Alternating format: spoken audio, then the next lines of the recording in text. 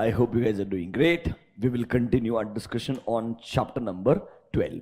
कल हमने लास्ट दो लेक्चर्स के अंदर एक तरीके से डिजिटल ऑडिटिंग कॉन्सेप्ट क्या है, उसके मेजर एडवांटेजेस, चैलेंजेस जो हम लोग कम अक्रॉस करते हैं, उसका एक इंट्रोडक्शन डिस्कस किया था. मैंने आपको एक पूरा अंडरस्टैंडिंग दिया था दैट सर अगर नॉर्मली एक ऑटोमेटेड एनवायरनमेंट में आपको ऑडिट करना है, पहला स्टेप रहेगा अंडरस्टैंडिंग द ऑटोमेटेड एनवायरनमेंट, फिर आएगा identifying different IT dependencies and risks associated, फिर उनको कैसे कंट्रोल करने का ट्राई किया गया है, वो कंट्रोल्स को आपको चेक करना होगा, and then eventually control testing के बाद अमाउंट टेस्टिंग एंड रिपोर्टिंग पे जाते हैं. ऑब्वियसली इस चैप्टर में रिपोर्टिंग एलिमेंट को डिस्कस करके कोई फायदा नहीं है बिकॉज वो ऑलरेडी डिस्कशन हो चुका है. तो इस चैप्टर में आपको कैसे अंडरस्टैंड करना चाहिए कंपनी के आईटी एनवायरनमेंट को, वो समझाया था. अंडरस्टैंडिंग के दौरान कैसे आपको फ्लो ऑफ ट्रांजैक्शन इंफॉर्मेशन समझना चाहिए, कौन से सिग्निफिकेंट ट्रांजैक्शन से वो पता होने चाहिए, ऑटोमेटेड कंट्रोल से, मैनुअल कंट्रोल से वो पता होना चाहिए, कंपनी क्या क्या टेक्नोलॉजीज का इस्तेमाल करता है, are they using artificial intelligence और ऑल, ये आपको पता होना चाहिए. मतलब ओवरऑल कहाँ रिस्क ज्यादा है, कितना कॉम्प्लेक्सिटी इन्वॉल्व है, ये सबसे आपको understanding the entities IT environment में हेल्प मिलेगा. Once the understanding is done, obviously आपको ध्यान रखना पड़ेगा that there are certain auditing objectives जो कभी भी कॉम्प्रोमाइज नहीं हो सकते हैं. एंड ऑडिट का ऑब्जेक्टिव है कि सर जहां पर भी आपको लगता है chances of material misstatements are high, वहां पर आपने डिटेल में काम करना है एंड अकॉर्डिंगली अपने ओपिनियन तक अराइव करने का है. तो ऑब्वियसली उसके लिए मुझे क्या क्या अलग टाइप्स ऑफ आईटी रिस्क हो सकते हैं वो समझने का जरूरत था. इन्होंने बोला आईटी रिस्क को समझने से पहले आईटी डिपेंडेंसीज, मतलब एक कंपनी एंड एक ऑडिटर कितनी ज्यादा आईटी पे डिपेंडेंट है वो समझना जरूरी है. For example automated controls is a classic example कि हम सिस्टम के ऊपर डिपेंडेंट है for lot of controls which are there. मतलब पहले सिर्फ मैनुअल कंट्रोल्स होते थे, अब कंट्रोल सिस्टम के अंदर भी है तो हम आईटी पे डिपेंडेंट हो गए. बहुत सारा ऑटोमेटेड कैलकुलेशन सिस्टम के अंदर होता है. आइडियली आपका जो सिक्योरिटी है, किसको एक्सेस देना है किसको एक्सेस नहीं देना है, ये आपके सिस्टम पे डिपेंडेंट है. मतलब आईटी पे एक तरीके से अच्छा खासा डिपेंडेंसी है कंपनी के बिजनेस का एज वेल एज ऑडिटर का. अल्टीमेटली ऑडिटर भी सारा सैंपलिंग करने का काम हो गया, चेकिंग करने का काम हो गया, किससे परफॉर्म करेगा, रिपोर्ट से. रिपोर्ट्स कहां से आने वाले हैं, सिस्टम से आने वाले. तो एक तरीके से auditor as well as client are highly dependent on IT. That is why understanding of IT, testing of IT environment becomes essential. अब आपको उसके ही अराउंड एक टॉपिक और है that is called as cyber risk. ये कॉन्सेप्ट एक तरीके से अलग इंक्लूड किया है इस पर्टिकुलर चैप्टर में. इसको आप थोड़ा बहुत रिलेट करना चाहो तो डिफरेंट टाइप्स ऑफ रिस्क में एक साइबर रिस्क भी है जो आपको कंसीडर करना पड़ेगा. बट थोड़ा सा यहां पे वो कैरिड अवे हो गए, उन्होंने साइबर रिस्क को ही बहुत ज्यादा डिटेल में लिख दिया मतलब ईआईएस से कॉपी पेस्ट कर दिया एक तरीके से. It's a pure control C control भी. साइबर रिस्क क्या होता है, साइबर रिस्क को असेस करने के स्टेजेस क्या होंगे, कैसे उसको आप प्रोटेक्ट करने के बारे में सोचेंगे, इसके ऊपर काफी भला डिस्कशन है. मेरे हिसाब से जैसे रिमोट ऑडिट एक इंपॉर्टेंट टॉपिक था, साइबर रिस्क भी एक इंपॉर्टेंट टॉपिक है. यहां पर क्या क्वेश्चंस आ सकते हैं आपको बताऊंगा मैं. पहले कुछ एक इंट्रोडक्शन दिया है वो डिस्कस करते हैं. But yes, this is definitely a important topic from your exam point of view. Remember guys, दो chapters, your ESG chapter, digital audit chapter, ये दोनों चैप्टर ना स्पेसिफिक वेटेज डिफाइंड है. देखो बहुत सारे चैप्टर्स का ना कंबाइंड वेटेज है, बट इन दो चैप्टर का स्पेसिफिक वेटेज है. मतलब इन दोनों से स्पेसिफिक क्वेश्चन आएगा ही आएगा. यहां से एक क्वेश्चन, ईएसजी से एक क्वेश्चन 100% आएगा. There is no doubt about this. मतलब मिसलिनियस चैप्टर्स में आपके लिए ESG audit as well as your digital audit दोनों वेरी वेरी इंपॉर्टेंट चैप्टर्स है बिकॉज दोनों को स्पेसिफिक सेक्शन वाइज वेटेज में डिफाइन किया है. बाकी 5 जो चैप्टर्स है उनको कंबाइन करके डिफाइन किया है. वहां हो सकता है एक आध चैप्टर से ज्यादा वेटेज आ जाए, नॉर्मली ऐसा होता नहीं है बट कभी कभी हो सकता है. बट इन चैप्टर्स का डेडिकेटेड वेटेज है, मतलब एक क्वेश्चन आपको पक्का से मिलने ही वाला है, इसलिए थोड़ा टाइम स्पेंड करने की जरूरत है. Let's start with what is cyber risk. Obviously we all are aware that because of advancement of technology इसका misuse भी significantly किया जा रहा है आज की तारीख में. फॉर एग्जाम्पल आपको WhatsApp पे मैसेजेस के ऊपर फेक UPI लिंक्स आते हैं जिसके ऊपर क्लिक करने के बाद में lot of people end up losing money. Recent times में I think 2 days back I heard the most drastic one, that a person gets a call from a relative, the voice AI ने basically voice को इस तरीके से modify कर दिया, you feel that it's actually your relative calling. आज तक क्या था, फेक मैसेजेस आपको आ रहे थे सोशल मीडिया के ऊपर, that I need money, can you urgently send me 5,000 rupees. ये तो बहुत कॉमन फ्रॉड हो गया था, सबको समझ में आ गया. मैसेज के अंदर फिर भी सामने वाला कंफर्म करने से पहले, मतलब श्योर होने से पहले पैसा नहीं देगा. बट अगर आपको जस्ट इमेजिन रिलेटिव के वॉइस के अंदर कॉल आता है, जब आप डिफरेंशिएट नहीं कर सकते हो, वॉइस लुक्स एब्सोल्युटली सेम, उस केस में बहुत चैलेंजिंग हो जाएगा. समवन लॉस्ट 1,40,000 रुपीज 2 या 3 दिन पहले न्यूज के अंदर था आइडियली, दैट आपके एक नेफ्यू के वॉइस के अंदर कॉल आता है, वो कन्विंस करते हैं कि आइडियली क्यों आपको अर्जेंटली पैसे की जरूरत है, एंड आपको अगर मालूम है ये रिलेटिव का कॉल है तो शायद आप मना नहीं करेंगे आइडियली. तो मतलब साइबर रिस्क बहुत छोटा सा टॉपिक है, but overall risk involve because of technology is going higher and higher day by day. Obviously challenges बहुत ज्यादा हैं. ऐसे कुछ चैलेंजेस जो हिस्टोरिकली कंपनीज ने फेस किए हैं, उनके कुछ एग्जांपल्स लिख के दिए हैं. Let's start with what is cyber risk. देखिए, a cyber attack is an attempt to gain, mark the word, unauthorised access. किसी भी कंप्यूटराइज सिस्टम का, किसी भी नेटवर्क का, जहां पर आपको अथॉरिटी नहीं है, आप गलत तरीके से, अनऑथराइज तरीके से उसको एक्सेस करने का ट्राई करते हैं. सर आपका इंटेंट क्लियर है, या तो आप डैमेज करना चाहते हैं रिसोर्सेज को, या रिसोर्सेज चोरी करना चाहते हैं, या सर उनको किसी और पब्लिक के सामने एक्सपोज करना चाहते हैं, उन्हें बदलाव लेकर के ऑल्टर करना चाहते हैं. मतलब आपका कोई ना कोई ऐसा ऑब्जेक्टिव है जिससे जिसके रिसोर्सेज हैं उन्हें कोई ना कोई डैमेज होने वाला है. अगर आप ऐसा कोई भी अटेम्प्ट करते हैं डायरेक्टली इनडायरेक्टली, वो साइबर अटैक की डेफिनेशन में आता है. आपको एक basic meaning of this definition आना चाहिए. 2 मिनट स्पेंड कीजिए, एक बार डेफिनेशन को वापस से पढ़िए.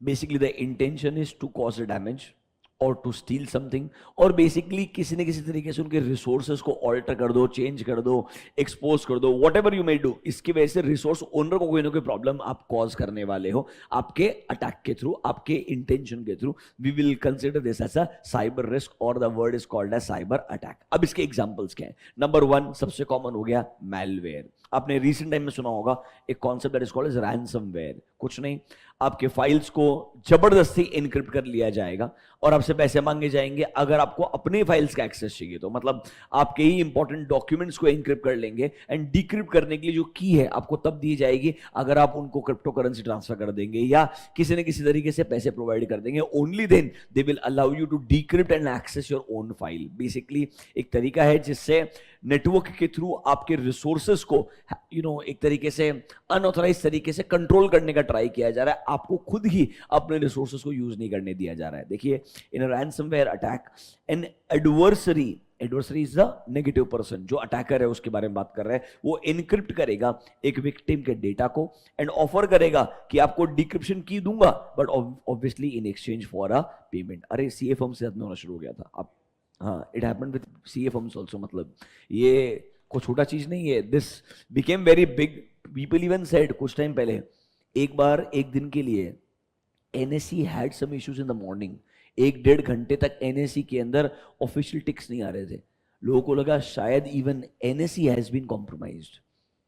जस्ट इमेजिन, मतलब I am talking about a country's important stock exchange. Do you get my point?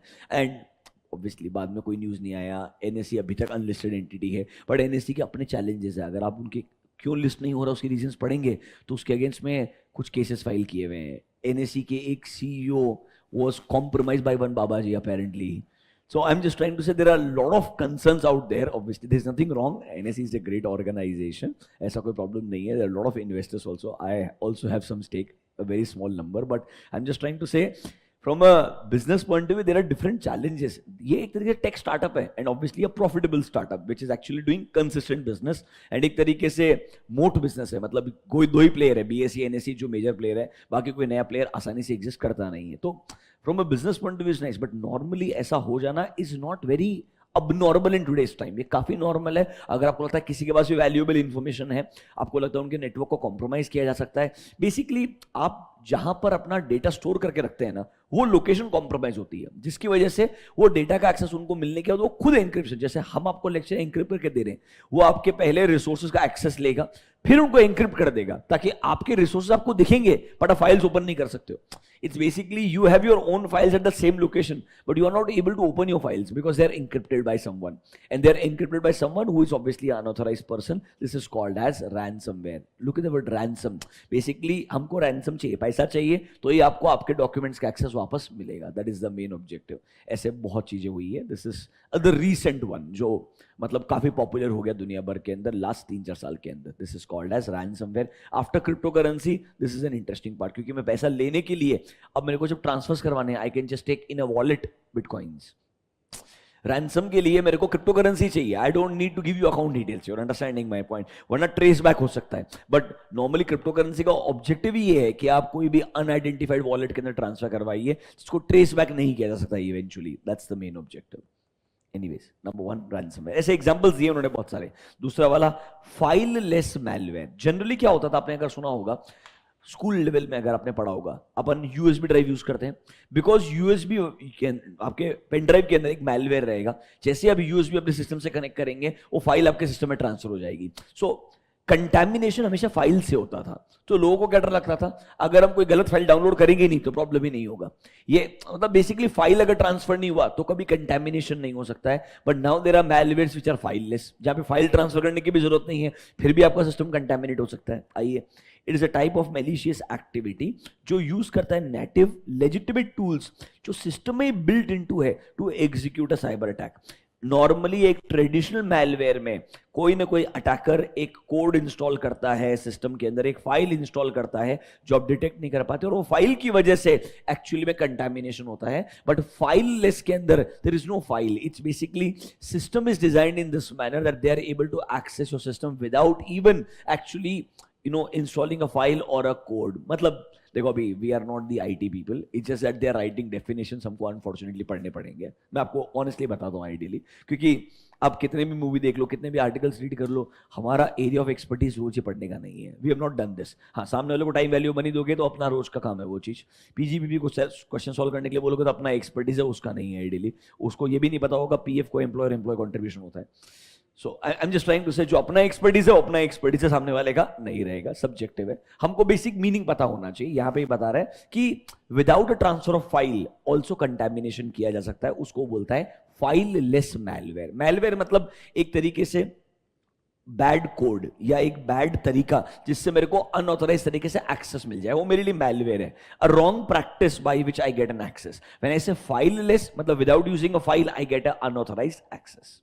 Number 3, Trojan. ये हमेशा से सबसे कॉमन वायरस के फॉर्म में ट्रैवल करता था. This used to have a proper code और अ फाइल जो आपके यूएसबी वगैरह में रह गया. जितने जगह पे ट्रैवल करते जाएगा उतने जगह पे आराम से वायरस को स्प्रेड करते जाएगा. It is a malware that appears to be a legitimate software disguised as a native operating system or a harmless file. It will look like a harmless file, like a free download, but जैसे आप उसको install करेंगे overall आपके लिए challenges आ जाएंगे. इसका एक example phishing attack से जो नीचे आपको देखने को मिलेगा. विल टॉक अबाउट फिशिंग, वेलिंग, वो जो हमने ऑलरेडी डिस्कस किया था वापस आएगा. Next, mobile malware. ये बहुत इंटरेस्टिंग है, आज के तारीख में बहुत कॉमन है. बेसिकली आप पब्लिक वाईफाई को यूज करते हैं. Do you get my point? They can be contaminated. या नॉट जस्ट पब्लिक वाईफाई, आपके लेट्स से ब्राउजर्स के थ्रू आप you end up downloading anything which is inappropriate. There may be contamination जिसकी वजह से आपका entire mobile device may become compromised ideally. In case of Android and all, this risk was very very high. इसीलिए लोग हमेशा बोलते थे, I'm not saying today also it's the same case, although Samsung ने, OnePlus ने इसको resolve करने के लिए additional layers of security लगाया. बट एक सिंपल रूल बोलता हूँ. एक बात सोचो, किसी को Android के लिए ऐप बनाना है, मेरे को गूगल प्ले स्टोर पे जाना है, अकाउंट बनाने का है, ऐप बनाने के बाद उधर अप्रूवल के लिए डालने का है. विद इन 24 आवर्स और 48 आवर्स आपका ऐप अप्रूव होता है. मतलब approval of application is very simple on Android because it's open platform. There is no restriction, there are no more challenges as such. आपको सेम एप्लीकेशन अगर iOS के लिए बनाने हैं for example, it's a very time consuming process. पहली बात तो उनके स्पेसिफिकेशन है. अगर आप अपने ऐप पे कोई प्रोडक्ट बेचना चाहते हो तो आपको पहले एप्पल को बताना पड़ेगा ये प्रोडक्ट लेजिटिमेट प्रोडक्ट है जो मैं बेचना चाहता हूं. आपको प्रूव करना पड़ेगा ये प्रोडक्ट मैं ऑलरेडी वेबसाइट से बेच रहा हूं. मतलब आपको कंफर्म करना पड़ेगा there is a manual intervention जो ये इंश्योर करता है एक्चुअली में आपका एप्लीकेशन एक फेक एप्लीकेशन नहीं है। इसीलिए एंड्रॉयड पे फेक एप्स बनाना कंपैरेटिवली आसान है, आईओएस पे बहुत चैलेंजिंग होता है। And that is why Apple का मेन सेलिंग पॉइंट क्या है हमेशा से, प्राइवेसी।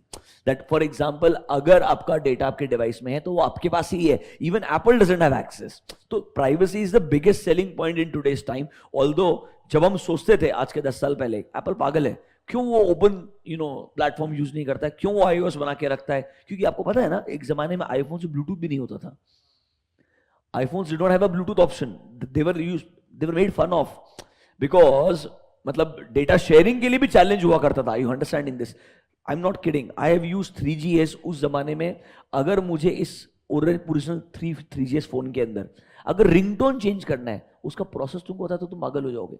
एंड्रॉइड में रिंगटोन चेंज करना मतलब क्या, ब्लूटूथ से ट्रांसफर किया, रिंगटोन को सेट कर दिया, हो गया। For iPhone to change the ringtone, पहले वो रिंगटोन एक स्पेसिफिक फॉर्मेट में डाउनलोड करना पड़ता था, फिर एक उनका इन हाउस सॉफ्टवेयर आईट्यून्स में आके सिंक करना पड़ता था, फिर मेरे फोन को आईट्यून्स से कनेक्ट करके सिंक करना पड़ेगा। फिर मतलब पहले आईट्यून्स पे जाएगा, जो आईट्यून्स पे वो मेरे फोन से सिंक होकर के आएगा, तब जो आईट्यून पे वो मेरे फोन के अंदर आएगा, तब उसमें रिंगटोन के ऑप्शन दिखेंगे, उसको सेलेक्ट कर सकता हूं मैं। मतलब it used to be half an hour का प्रोसेस, जबकि तुम्हारे पास सब कुछ है। Just imagine. So someone who is trying to break in, it's not an easy path altogether. That is why they say. Rather आप काम करो ना, मैं आपको एडवर्टाइजमेंट शेयर करता हूँ, मैकबुक के एडवर्टाइजमेंट्स वगैरह यही है कि अगर आपका मैकबुक का कोई चोरी कर भी लिया, कोई कुछ नहीं कर सकता, उसको ब्रेक ही नहीं कर सकता। It is Apple. That is why they say that अगर आपका लैपटॉप में कॉन्फिडेंशियल डेटा है, उसको ब्रेक इन करना बहुत ही ज्यादा मुश्किल है। And you have control from your other device that you can say deactivate my existing device, so your entire data can be deleted without logging in, plus I can track my device. Do you get my point? मतलब in simple terms from security point of view उन्होंने इतना काम किया because उनको लगा दुनिया के अंदर आने वाले टाइम में privacy and data security will become the biggest concern, and actually they identified it really well. मतलब एक तरीके से बोलेंगे उनका सही विजन था। उनका विजन क्या था? प्रोडक्ट के साथ साथ में कुछ ऐसे एलिमेंट्स जो बहुत इंपॉर्टेंट बन जाएंगे। आज भी मैं ऐसे हजारों लोगों को जानता हूं, I am one of them. अगर मुझे मोबाइल बैंकिंग यूज करना है, I will use an iPhone, I will not use Android. I have both, I am telling you. मैं इसको यूज नहीं करेगा, कॉन्फिडेंस ही नहीं है उसके ऊपर। Ideally there is a psychological barrier in the world, in the industry, that iPhone is more secure than in Android. चाहे Android Samsung का ही है, किसी का कोई फर्क नहीं पड़ता, एंड्रॉइड है। बात समझ में आएगी आपको? मतलब ये उन्होंने अभी ये परसेप्शन एप्पल ने क्रिएट करवाया दुनिया के अंदर, या whatever it is, but it is working in their favour. I am just trying to say obviously they would have done something right, that is why it work. I am not the only person, trust me. मेरे को लगता था सिर्फ मैं ही रहेगा, I met thousands of other people जो actually उस चीज में बिलीव करते हैं। आप एक्चुअली गूगल जाके रीड कीजिए, आपको समझ में आ जाएगा। So many people writing in favour of using a iOS device and not a Android device when it comes to highly confidential data. This has been the thought process. Anyways, mobile malware. It is any type of malware designed to target a mobile device. It can be done through malicious downloads, OS vulnerabilities, आपका पूरा OS से compromise हो जाएगा, phishing attack, SMS के through आ सकता है, voice mail आ सकता है, अनसिक्योर्ड वाईफाई आप यूज करेंगे, उसकी वजह से आपका मोबाइल डिवाइस कॉम्प्रोमाइज हो सकता है। बेसिकली अलग अलग मैलवेयर्स के उन्होंने एग्जाम्पल दे दिए हैं, आपको बस एक बार रीड करके रखना है। मेरे को MCQ के अलावा कुछ ग्रेट चांस यहाँ पे नहीं लगता है। Next, denial of service attack. अच्छा चीज है, एमसीक्यू के लिए मार्क कर लेना, इंटरेस्टिंग है। यहां ये क्या बोलता है, आपके रिसोर्सेस हैं, आपको यूज करना है, हम आपको आपके खुद के रिसोर्सेस ही यूज नहीं करने दे रहे हैं। बेसिकली हम रैंसमवेयर जैसा कॉन्सेप्ट है, समझ रहे हो मेरा बात? हम आपको खुद के ही रिसोर्स को यूज करके जो सर्विस कंज्यूम करनी चाहिए, वो सर्विस ही आपको नहीं यूज करने दे रहे। This is called as denial of service. Basically you have a smartphone, you can use it to call people, but you are not allowed to call. So it is not allowing me to use it for the main purpose. Are you understanding this? This is called as denial of service. देखो, this is a malicious attack जहां पे target attack किया जाता है that floods a network with a false request in order to disrupt the entire business operation. थोड़ा बहुत अगर आपको याद है, Flipkart का first big billion day, it was a significant failure. Do you know why? Because on the big billion day there was so much traffic on their server, on their network, that their server could not process it and it actually failed. मतलब there was a server का breakdown हो गया था पूरा का पूरा, मतलब website ही पूरा का पूरा खत्म हो गया था। फॉर सर्टेन आवर्स उनको वेबसाइट को वापस लाइव करने में टाइम लग गया था। Just imagine on the most important day of their business, That was the big billion day, and officially I think both the Bansal brothers wrote an email to all the people who were there on the website that unfortunately आपके orders process नहीं हो पाए, and you know we are really apologizing for this. हम future में ऐसा एक दिन के बजाय 3-4 दिन का option लेकर के आएंगे. We'll come up with a weekly option. People say it was Amazon who did that. It's basically driving the traffic towards a network जहां पे इतना ज्यादा लोग एक साथ में आ जाए कि सडनली आपका जो पूरा का पूरा वेबसाइट है वो क्रैश हो जाएगा. अब Flipkart accepting this is also a problem. That means that you are not good enough to fight with Amazon. Do you understanding that? We don't know the reality ideally, but I read few articles which apparently says because after this shortly Amazon started coming up with Amazon का अपना India का festival. उन्होंने अपना खुद का festival आना launch करना शुरू कर दिया था इस फेलियर के बाद में. And there was lot of meme war. उस जमाने में मीम नहीं मतलब सोशल मीडिया बैंटर्स बोलते थे उस जमाने में कि सोशल मीडिया पे talking to each other in a negative manner कि आपके इधर क्या चैलेंजेस है और हम क्यों बेहतर परफॉर्म कर रहे हैं. तो this is the kind of challenge even they faced. Denial of service. देखो, users are unable to perform routine and necessary tasks such as वो ईमेल ही एक्सेस नहीं कर पा रहे, वेबसाइट को ओपन नहीं कर पा रहा है, अपने ऑनलाइन अकाउंट्स रिसोर्सेज को ऑपरेट ही नहीं कर पा रहा है because they are compromise through a computer network. इसमें प्रॉब्लम पता है क्या है? आपका कोई डेटा लॉस वगैरह नहीं होगा, बट आपका टाइम, आपका पैसा, आपके रिसोर्सेज वो खराब हो जाएंगे to restore the business operation.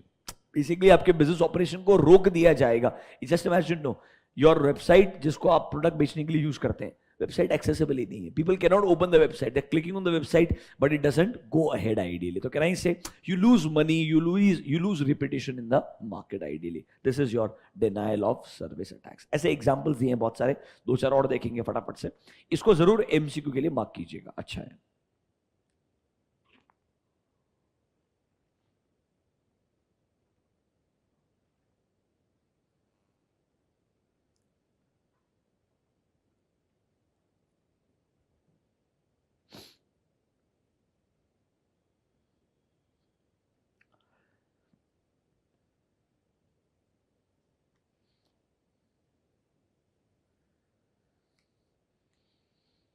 बीच में एक नया फ्रॉड आया था, banking fraud, SIM swapping fraud. Basically मेरा रजिस्टर्ड मोबाइल नंबर है विद अ बैंक अकाउंट, बराबर है कि नहीं है? SIM card is in my physical SIM card हो या इलेक्ट्रॉनिक सिम कार्ड हो, ई सिम रहेगा, मेरी डिवाइस से कनेक्टेड है, बराबर है. Although the physical SIM is with me, registered mobile number message मेरे को नहीं आता, किसी और को आता है. मतलब सिम को स्वैप कर दिया in this manner that technically I don't get a message, someone else gets a message on my behalf. That is very dangerous from a banking point of view because OTP is everything today. If I want to execute a transaction I just need OTP ideally, और कुछ भी नहीं चाहिए. Because आप सोचिए ना, internet banking में भी लास्ट लाइन ऑफ डिफेंस क्या है? ओटीपी. यूजर आईडी पासवर्ड के बाद में वो आपको रोकता किधर है? ओटीपी के लिए बोलता है. अगर रजिस्टर्ड मोबाइल नंबर पे ओटीपी है, वो आपने डाला, इंटरनेट बैंकिंग का एक्सेस आपको मिल ही जाएगा इवेंचुअली, आप रोक नहीं सकते हैं. ठीक है, कुछ कुछ बैंक्स ने फिर ट्रांजैक्शन पासवर्ड डाल दिया, टी पासवर्ड. लॉग इन होने के बावजूद भी ट्रांजैक्शन नहीं हो सकता है. For every transaction there is a separate password, उसको टी पासवर्ड बोल दिया. पर थोड़ी सी इनकन्वीनियंस भी है लोगों को आइडियली. अब आप एक नोटिस कीजिए उल्टा. रिसेंट टाइम्स में हमने फोन पे का ऐड देखा क्या? फोन पे ऐड कर रहा है कि छोटे पेमेंट्स के पिन कौन डालता है? Then making fun that if it's a 100 रुपए payment, 150 payment, who uses PIN? अरे भाई वापस उल्टा सोचो. You all started from there only कि अगर आपके फोन का एक्सेस किसी को मिला, क्यूआर कोड हुआ, मतलब they can make the payment without PIN. How risky is this? They are happily selling it because I think there is nothing else left to advertise. See आपने इतना simplify कर दिया, अब मैं क्या बेचूं? Do you get my point? तो कुछ अलग बेचना पड़ेगा ना मेरे को. तो अलग बेचना मतलब हाउ फोन पे इज डिफरेंट फ्रॉम गूगल पे. अरे इसमें पिन नहीं लगता है छोटे अमाउंट के लिए. नहीं, गूगल पे भी तो पिन लगता ही था. गूगल पे पे बिना पिन के हो सकता क्या पेमेंट? क्या बात कर रहे हो? ऐसा हो गया क्या? Everyone is doing it now. UPI light, LITE, समझ गया. वॉलेट में ट्रांसफर करके रखो, वहां से यूज होगा पैसा, पिन नहीं लगेगा. ओके, बट फोन पे उसको एडवर्टाइज भी कर रहे हैं. पेटीएम ने नहीं किया कैसा? कि पेटीएम तो वॉलेट के थ्रू करता ही था पहले भी.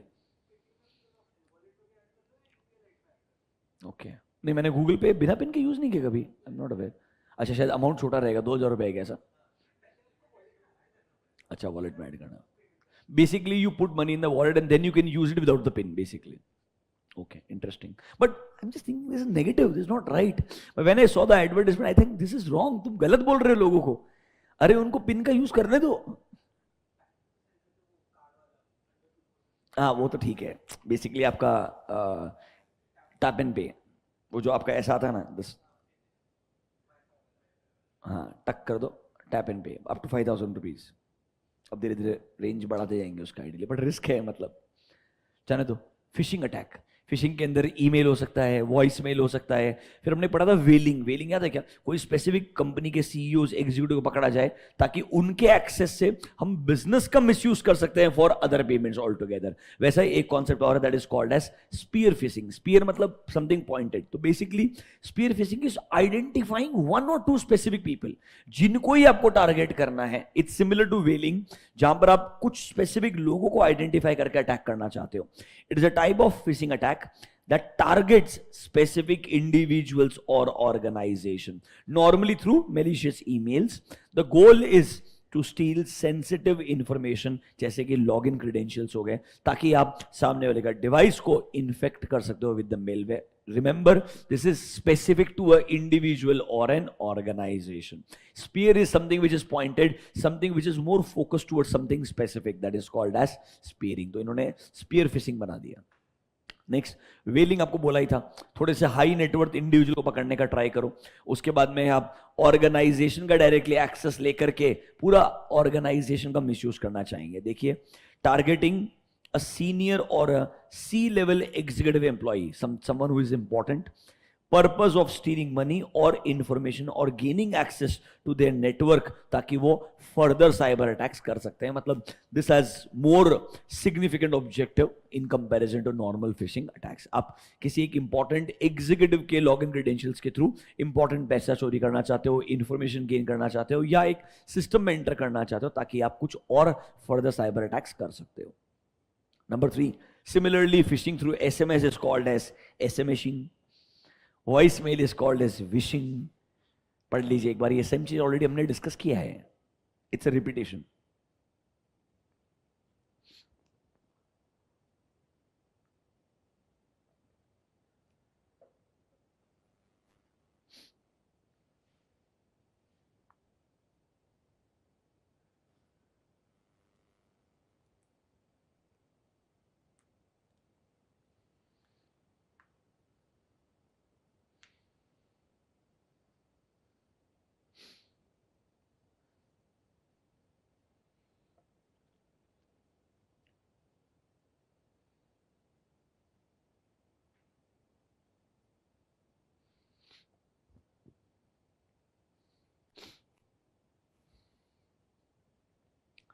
Next, spoofing.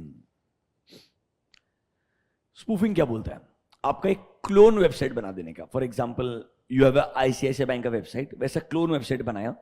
आप normally let's say ICICI bank के नेट बैंकिंग पे लॉग इन करने के लिए पहले गूगल पे जाते हो, सर्च करते हो smartly ICICI bank net banking, enter.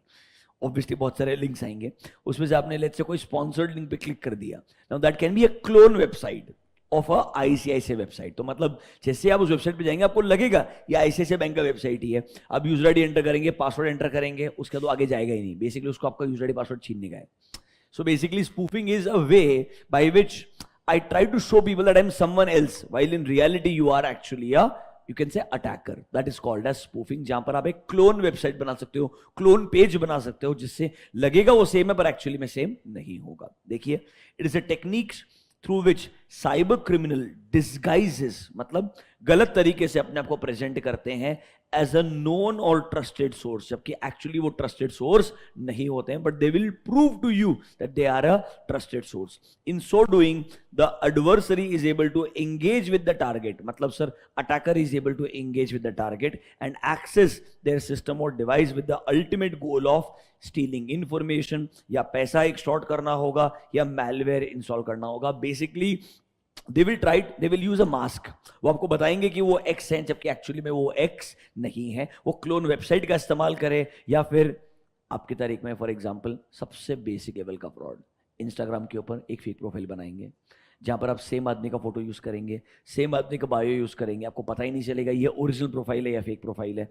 आप उसी के प्रोफाइल से उठा के फोटोज को इधर डाल देंगे। सिंपल सा फंडा है, बेसिक चीज दिमाग लगाना। अगर इस प्रोफाइल के ऊपर सारे फोटोज एक ही दिन पोस्ट हुए हैं, कोई ऐसा होशियार आदमी नहीं जो एक दिन में 15 फोटो, नहीं लोग होते होंगे but I am saying in general, अगर किसी एक के प्रोफाइल पे टोटल 100 पोस्ट है, उसके फेक प्रोफाइल पे भी 100 पोस्ट है जो एक दिन के अंदर पोस्ट हुए हैं, अब समझ जाइएगा, there is something suspicious, I hope you understand that, at least bare minimum.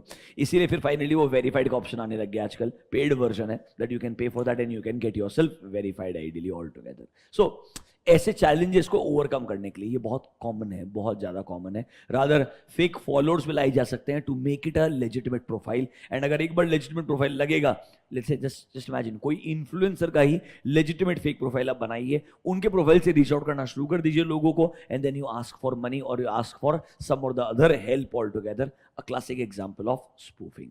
नीचे आइए, इसको ईमेल स्पूफिंग के थ्रू यूज कर सकते हैं, जहां पर ईमेल ऐसे सोर्स से आएगा, आपको लगेगा अरे एप्पल मेरे को रीच आउट कर रहे हैं। प्लीज, अगर जेन्युइनली ईमेल में लगा लिखा हुआ है दैट आपको प्रोफाइल बहुत बढ़िया है, हमको आप बहुत पसंद है, मतलब आप डेफिनेटली उसको पसंद नहीं है, मतलब it's definitely a problematic situation all together. Organisation will never try to reach out a person like that, मतलब it is not something which is appropriate. It can be email spoofing और it can be domain spoofing, मतलब fake website या fake email domain use करके आप attack कर सकते हो।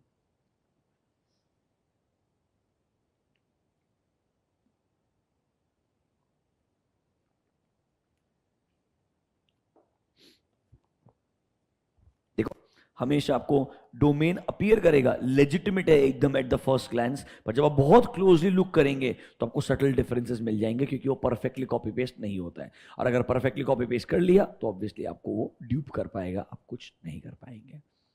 This is a big challenge.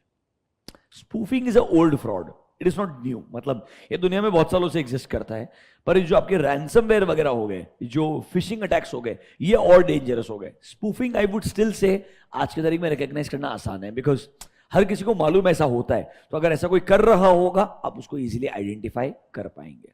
For example, जो WhatsApp gets compromise, या सर सेम आपके व्हाट्सएप प्रोफाइल का फोटो उठाएगा, एज इट इज फोटो डालेगा, समझ रहे हो मेरे बात, सेम वो आपका क्या बोलते हैं स्टेटस डालेगा पूरा, it will look like a same WhatsApp profile, and then from that profile they start reaching out to you that I need help और यू नीड हेल्प, आइडियली है ऐसा।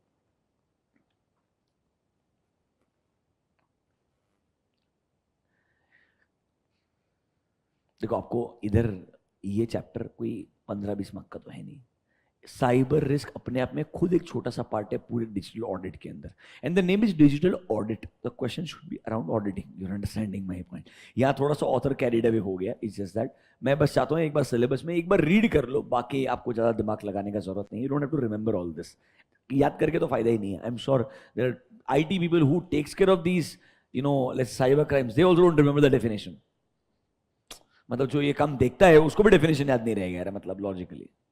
Next, identity based attacks, same user ID से आप login करते रहेंगे, मतलब एक ही user ID को 5 लोगों ने यूज किया, पता ही नहीं चलेगा ना एक्चुअल यूजर कौन है, आप आइडेंटिटी को छुपाने का ट्राई कर रहे हो, आइडेंटिटी बेस्ड अटैक्स। देखो, people often use same user ID and password across multiple accounts, and sir अगर आपके क्रेडेंशियल्स एक बार एक्सेस मिल गए तो सर आपको दूसरे अकाउंट्स का भी एक्सेस मिल जाएगा इजीली। ऐसा इनसाइडर थ्रेट, आई वुड से this is the most risky one. Insider threat मतलब इज लाइक जैसे इनसाइडर ट्रेडिंग होता है वैसे इनसाइडर थ्रेट है, आपकी कंपनी के एम्प्लॉइज हैं, अब उनके पास में ऐसे कॉन्फिडेंशियल डेटा का एक्सेस रहेगा ही रहेगा जिसका आप कुछ नहीं कर सकते हो। अब आप एक बात सोचो ना, कुछ भी हो जाए, अगर मेरे को बच्चों को सीरियल पिन देने का है, मुझे किसी न किसी एम्प्लॉय को तो अथॉरिटी देना पड़ेगा ना कि तू सीरियल पिन जनरेट कर और बच्चों को एक्सेस दे। हर बच्चे को सीरियल पिन मैं तो दे ही नहीं सकता हूं, do you get my point, मतलब अल्टीमेटली कोई ना कोई स्टाफ को तो मेरे को एक्सेस देना ही पड़ेगा ना, फिर कोई ना कोई स्टाफ को एक्सेस देना पड़ेगा। अगर बच्चों को प्रॉब्लम आया, वो सीरियल पिन के लिए लेट्स से मेरे को मैक आईडी रीसेट करना है, कोई चेंजेस करने हैं, तो someone will have to have the access of dashboard.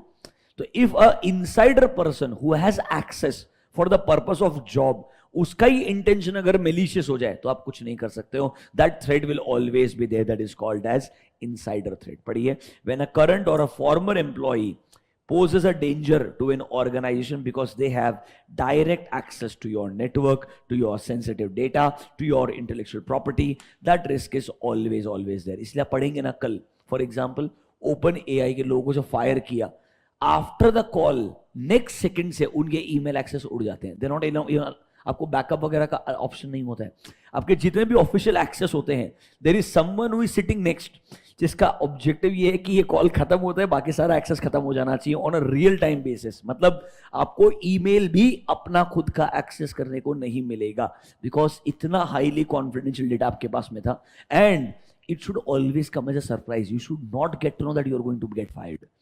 If you know this, obviously you will find a mechanism to actually take a backup. Are you understanding this? तो मतलब इसीलिए ये चीजों को बहुत सोच समझ के प्लान किया जाता है. This is not something which can always come out as a rumor and then okay अब आप इसको निकाल देते हैं. नहीं, it has to come as a shock only. Always remember, it has to be surprise or a shock.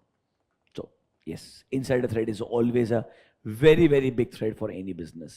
ऐसे और बहुत एग्जांपल रहेंगे. एक DNS टनलिंग है, मतलब आपका जो डोमेन नेम सिस्टम होता है ना, DNS, आपका डोमेन नेम का जो एक्सेस है. अब आप नॉर्मली SEO वगैरह करते हो, आपके डोमेन नेम के अराउंड करते हो. SEO is basically your social mechanism by which if you search on Google, ideally, why your actual website should be seen first. अगर आप let's say Rishabh Jain search करें तो क्यों एकतम अकेडमी पहले दिखना चाहिए, नॉट अदर प्लेटफॉर्म्स जहां पर मेरा प्रोडक्ट बिकता होगा आइडियली. तो हमको एसईओ इस तरीके से करना होता है with right tags that the you can say footfall on the website increases, organic footfall increases ideally. अभी आपके डोमेन नेम से लिंक्ड रहता है. अगर आप डोमेन नेम चेंज करते हो तो आपको एसईओ भी वापस करना पड़ता है आइडियली. ये चैलेंजेस नॉर्मली लोग फेस करते हैं. तो अगर एक बार आपके डोमेन नेम का मेरे को एक्सेस मिल गया, I have access to your DNS that is connected everywhere, so I can indirectly use DNS as a tunnel to enter your system because your DNS will be connected to your server also. एक बात सुनो, मेरा Netflix है, Netflix जैसा कोई भी website है, मेरा कंटेंट कहीं ना कहीं सर्वर पे अपलोडेड रहेगा. जब तुम लोग मेरे वेबसाइट पे आओगे, यूजर आईडी पासवर्ड डालोगे, तुमने अगर कोई कोर्स परचेस किया है, तुमको वो डेटा दिखेगा वहां पे. डेटा कहां से दिखेगा? अगर आपको वीडियो देखना है, आप वीडियो कहां से देखोगे? सर्वर से कहीं ना कहीं आने वाला है ना. It is there on the cloud from where you will download and you will access. तो can I say my server is connected to my website. How will I connect? Through domain name. So domain name is the path which connects multiple channels because your user ID as a website is your domain name. How will people identify me? लोग मेरे को कैसे ढूंढेंगे? एकतम academy के नाम से. बराबर है कि नहीं? तो गूगल में जाके सर्च क्या करेंगे? या तो मेरा नाम सर्च करेंगे या एकतम अकेडमी सर्च करेंगे. मैंने क्या बोला? दोनों में से कुछ भी सर्च करो, आओगे इसी वेबसाइट के ऊपर. तो वेबसाइट तक पहुंचने के लिए आपको डोमेन नेम लगता है. आई यू अंडरस्टैंडिंग दैट? और वेबसाइट पे आने के बाद अगर मुझे आपको कुछ रिसोर्सेज देने हैं, यहां से गूगल ड्राइव का लिंक भी आगे मेरे डीएनएस से कनेक्टेड है. इससे मतलब if you want to understand, let's say आपके ओटीटी प्लेटफॉर्म्स, अब ओटीटी प्लेटफॉर्म पे कंटेंट कहीं ना कहीं क्लाउड पे पड़ा है. वो कंटेंट को अगर मुझे एक्सेस करना है तो मैं ओटीटी प्लेटफॉर्म में लॉग इन करूंगा. लेट्स से मैं ब्राउजर में लॉगिन करता हूं तो कैन आई से hotstar.com या hotstar.in जो भी रहेगा वहां लॉगिन करेगा. लॉगिन करने बाद कंटेंट को प्ले करने का ट्राई करेगा. कैन आई से डेटा कहीं से तो रिट्रीव कर रहा है. डेटा कहां से रिट्रीव करेगा? कोई ना कोई क्लाउड से रिट्रीव करेगा. तो cloud and my domain name is connected, then only I can access the data. So can I say I have access to your server through DNS.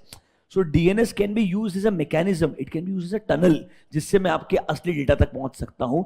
Someone who has access to your DNS can use this as a tunnel to reach your source data. And if they can have access of source data, they can contaminate the data, they can steal the data, they can easily you can say encrypt the data and not allow you to use your own data. इस तरीके का mechanism use हो सकता है. This is called as DNS tunnelling. मतलब आप DNS को as a tunnel use करते हो to reach something important so that people can not really understand कि एग्जैक्टली ये डेटा का एक्सेस को मिल कैसे गया, but someone had access to your domain name system DNS.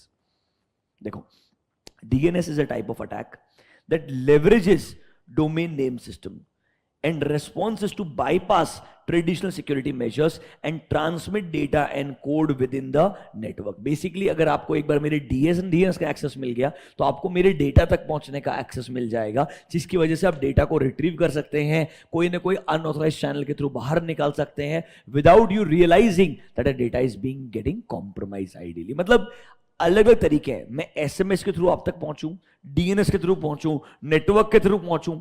I can use different mechanisms but the objective is contamination. Objective is आप malicious attack करना चाहते हो. Last one, the new one, internet of things, IoT. आपके आसपास की चीजें, आपका water purifier which is WiFi enabled, your cars which are Wi-Fi enabled, let's say for example, or your washing machines, your microwaves, your curtain के लिए manage करने वाला system, whatever there is a internet enabled, you can say things around you, they are called as IoT, Internet of Things. सबसे बड़ा risk क्या है? What if they get compromised? There is a very interesting TED talk I will share with you.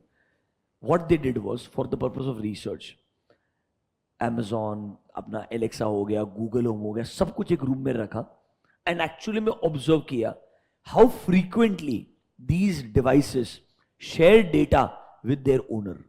Owner मतलब manufacturer. Do you get my point? You will be shocked. Amazon is the worst. Within every 1 hour or 1.5 hours, it actually reconnects with the server and shares the data. मतलब everything you talk to them, everything what they are understanding you are searching, it's all getting captured. So basically हमारा जो privacy है हम खुद खत्म कर रहे हैं because of Internet of Things. So now according to me ये इंडस्ट्री इतना जल्दी ऊपर आके क्रैश होगा कि आने वाले 5-7 साल के बाद में मेजोरिटी चीजों में लोग बोलेंगे अब मुझे इंटरनेट नहीं चाहिए.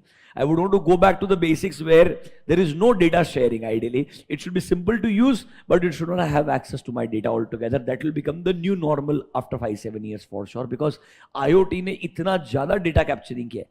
आज जेन्युइनली बोलता हूं, जस्ट इमेजिन ऐसा होता है. Very tough to believe this talking that let's go to Goa. There is an Android device which is listening. And it actually happens in real time that after some time, if you go to social media, you start getting posts related to Goa, sponsored ones, because it's pure data analytics. They're capturing everything we talk. They're capturing everything what we search. Search was common. चलो मैंने कुछ browser में डाला है, तुमने वो capture कर लिया. I understand. By the way, you believe आपने इनकॉग्निटो मोड पे जाकर के मेक माई ट्रिप सर्च किया, टिकट प्राइस का प्राइस नहीं बढ़ेगा. बेसिकली उधर भी तुम्हारा सर्च हिस्ट्री में सर्च सेव नहीं होता है, उसको पता चलता है कि तू सर्च कर रहा है. हमें लगा इनकॉग्निटो मोड से डेटा किसी के साथ शेयर नहीं होगा. अरे भाई तुम्हारे डिवाइस पे वो सेव नहीं होगा. You are understanding that. But जिसके ब्राउजर पे आप, जिसके वेबसाइट पे आप हो फॉर एग्जांपल, उसको पता चलता है तुम इधर हो. तो मतलब if I am searching for a ticket, the prices are going to actually increase if I search it more. They do it and they do on the basis of IP addresses also. It is dangerous. So I'm just telling you that certain industries are becoming very, very bad because of technology ideally. Anyways, these are your different examples of cyber risks. मेरे हिसाब से एक बार read करने के लिए पता होना चाहिए, पर एग्जाम पॉइंट ऑफ व्यू से अगले जो 2 एरियाज है वो इंपॉर्टेंट है. Stages of cyber risk I would से इंपॉर्टेंट, मार्क कीजिए. बहुत आसान सा आंसर है एग्जाम के लिए. 3 स्टेजेस दिए. सबसे पहले आपके बिजनेस को साइबर रिस्क हो सकता है क्या, इसके बारे में सोचो. That is assessing the cyber risk. For example from this client point of view क्या क्या चीजों के रिगार्डिंग आपको केयरफुल रहने की जरूरत है. आपको ऊपर साइबर रिस्क के एग्जांपल दिए, इनमें से कुछ सोचिए. क्या मेरे बिजनेस से रिलेटेड या मेरे क्लाइंट के बिजनेस से रिलेटेड क्या क्या पोटेंशियल ऐसे साइबर रिस्क है जो इनको नेगेटिवली इंपैक्ट कर सकते हैं. Let's read. So no organisation is completely immune. Different clients will have different levels of risk even within the same industry. For example ransomware किसी के लिए भी इंपॉर्टेंट इंपैक्ट कर सकता है. कॉमन क्रिमिनल्स जो ईमेल फिशिंग यूज कर सकते हैं या आपके सिस्टम को हैक कर सकते हैं, या आपके इनसाइडर एम्प्लॉइज मेलिशियस अटैक्स कर सकते हैं. मतलब bottom line, every business should know in general we are prone to which all cyber risks. उन्होंने पॉइंट नंबर 1 असेसिंग लिख दिया है. It is actually you can say introspection, thinking as a business कि यार हमारे ऑर्गेनाइजेशन में कहां कहां पे एक्चुअली में चैलेंजेस हो सकते हैं when it comes to cyber risk, what all we should be careful about. ये सोचना is your step number 1. Obviously अब अगर मुझे पता चला what can possibly go wrong, 3 things can go wrong, इसका इंपैक्ट कितना आएगा वो भी पता होना चाहिए. Number 2 is impact of cyber risk. पहले सोचा क्या क्या साइबर रिस्क का इंपैक्ट आ सकता है, फिर उसके बाद में सोचा उसका पोटेंशियली इंपैक्ट कितना आएगा और क्या इंपैक्ट आएगा. ऑब्वियसली बैंक्स के साथ में अगर डेटा कॉम्प्रोमाइज हुआ, रेपुटेशन लॉस हो सकता है.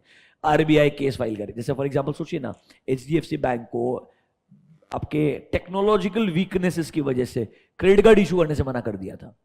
RBI band HDFC bank for a period कि आप नया क्रेडिट कार्ड इशू नहीं कर सकते हो. उसका फायदा आईसीआईसीआई बैंक को मिला, कोटक महिंद्रा बैंक को मिला, क्योंकि ऑब्वियसली आपके जो 2 सबसे बड़े कॉम्पिटिटर है उनको एक एज मिल जाता है. नए क्रेडिट कार्ड यूजर्स तो बढ़ते जाएंगे, तो अल्टीमेटली अगर एक बड़ा बैंक नहीं दे पाएगा तो किसी और के पास जाना पड़ेगा. तो sir normally regulatory risk, reputational loss, data loss, ऐसे अलग अलग रिस्क हैं जो आपको इंपैक्ट कर सकते हैं. नंबर 1 इज क्या साइबर रिस्क मुझे इंपैक्ट कर सकता है, अगर हां तो कैसे कैसे, उसके बारे में सोचिए. How cyber risk can be dangerous, then I should think about इसका इंपैक्ट कितना आएगा. पढ़िए मेरे साथ में. Sir Cyber attack can impact one, two, or more types of risk. The impact will vary from organization to organization. For example, regulatory cost, non compliances की वजह से फाइन पेनल्टी आ जाएगा. सर डेटा प्राइवेसी या breach of privacy, personal data जो रहेगा customers का वो bypass किया जा सकता है. फिर सर रैंसमवेयर की वजह से शायद हमें पैसा खोना पड़ेगा, डेटा का लॉस हो सकता है, रेपुटेशन लॉस हो सकता है, third party can file a litigation, business को इंटरप्ट हो सकता है. मतलब what will be the potential impact if there is a cyber attack. Basically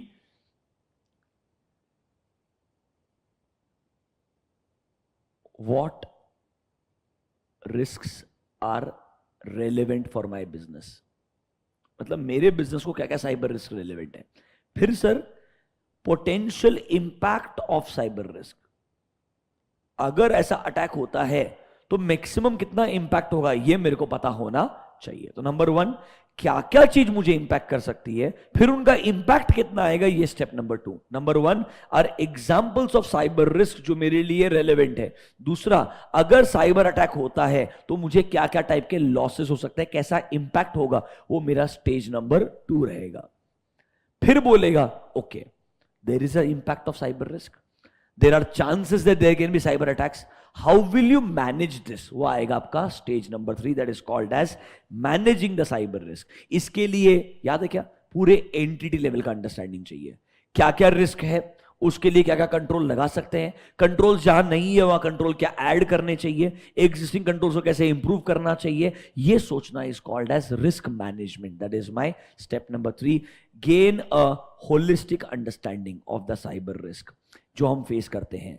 assess कीजिए existing IT and cyber security programme capable है क्या इन प्रॉब्लम्स को सॉल्व करने के लिए. फिर सर अलाइन कीजिए cyber security and IT transformation को with all your objectives and other critical risk, and if required आपको शायद कुछ रिस्क को एक्सेप्ट करना पड़ेगा, कुछ रिस्क को रिड्यूस करने के लिए कंट्रोल लगाना पड़ेगा. तो sir understand the risk, document them probably, and sir अच्छे से कॉम्पनसेटिंग कंट्रोल्स लगाइए और उनको लिख करके रखिए. मतलब साइबर रिस्क को क्या कीजिए, मैनेज कीजिए. पहले, क्या मेरे बिजनेस को साइबर अटैक हो सकता है, अगर हां तो पोटेंशियल क्या क्या है. दूसरा चीज, अगर ये हुआ तो इंपैक्ट क्या आएगा. तो number one, is there a risk. Number two, what can be the impact. Number three, if I understand the impact, जिधर इंपैक्ट ज्यादा आएगा उसको मैंने मैनेज करने के लिए कंट्रोल अच्छे से लगाना चाहिए, जिधर इंपैक्ट कम आएगा उधर नॉर्मल कंट्रोल से भी काम चल जाएगा. So this is why you can से identifying the risk, assessing the risk, understanding the impact, and then managing the risk. ऐसे चार phases होने चाहिए. उसने पहले वाले में assessing लिखा है, I would say it is identifying and assessing. पहला वाला रहेगा आइडेंटिफाइंग एंड असेसिंग, क्या चीज मुझे इंपैक्ट करेगी, फिर आएगा उसका इंपैक्ट अंडरस्टैंडिंग, फिर आएगा उसका मैनेजमेंट. ऐसे तीन फेजेस होने चाहिए.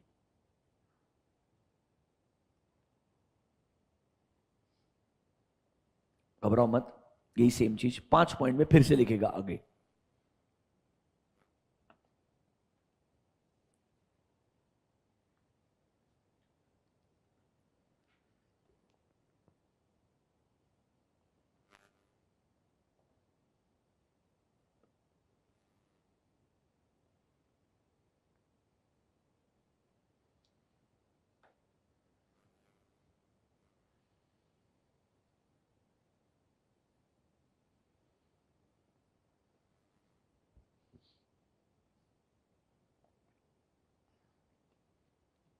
तीनों स्टेजेस को वापस पढ़ लीजिए एक बार.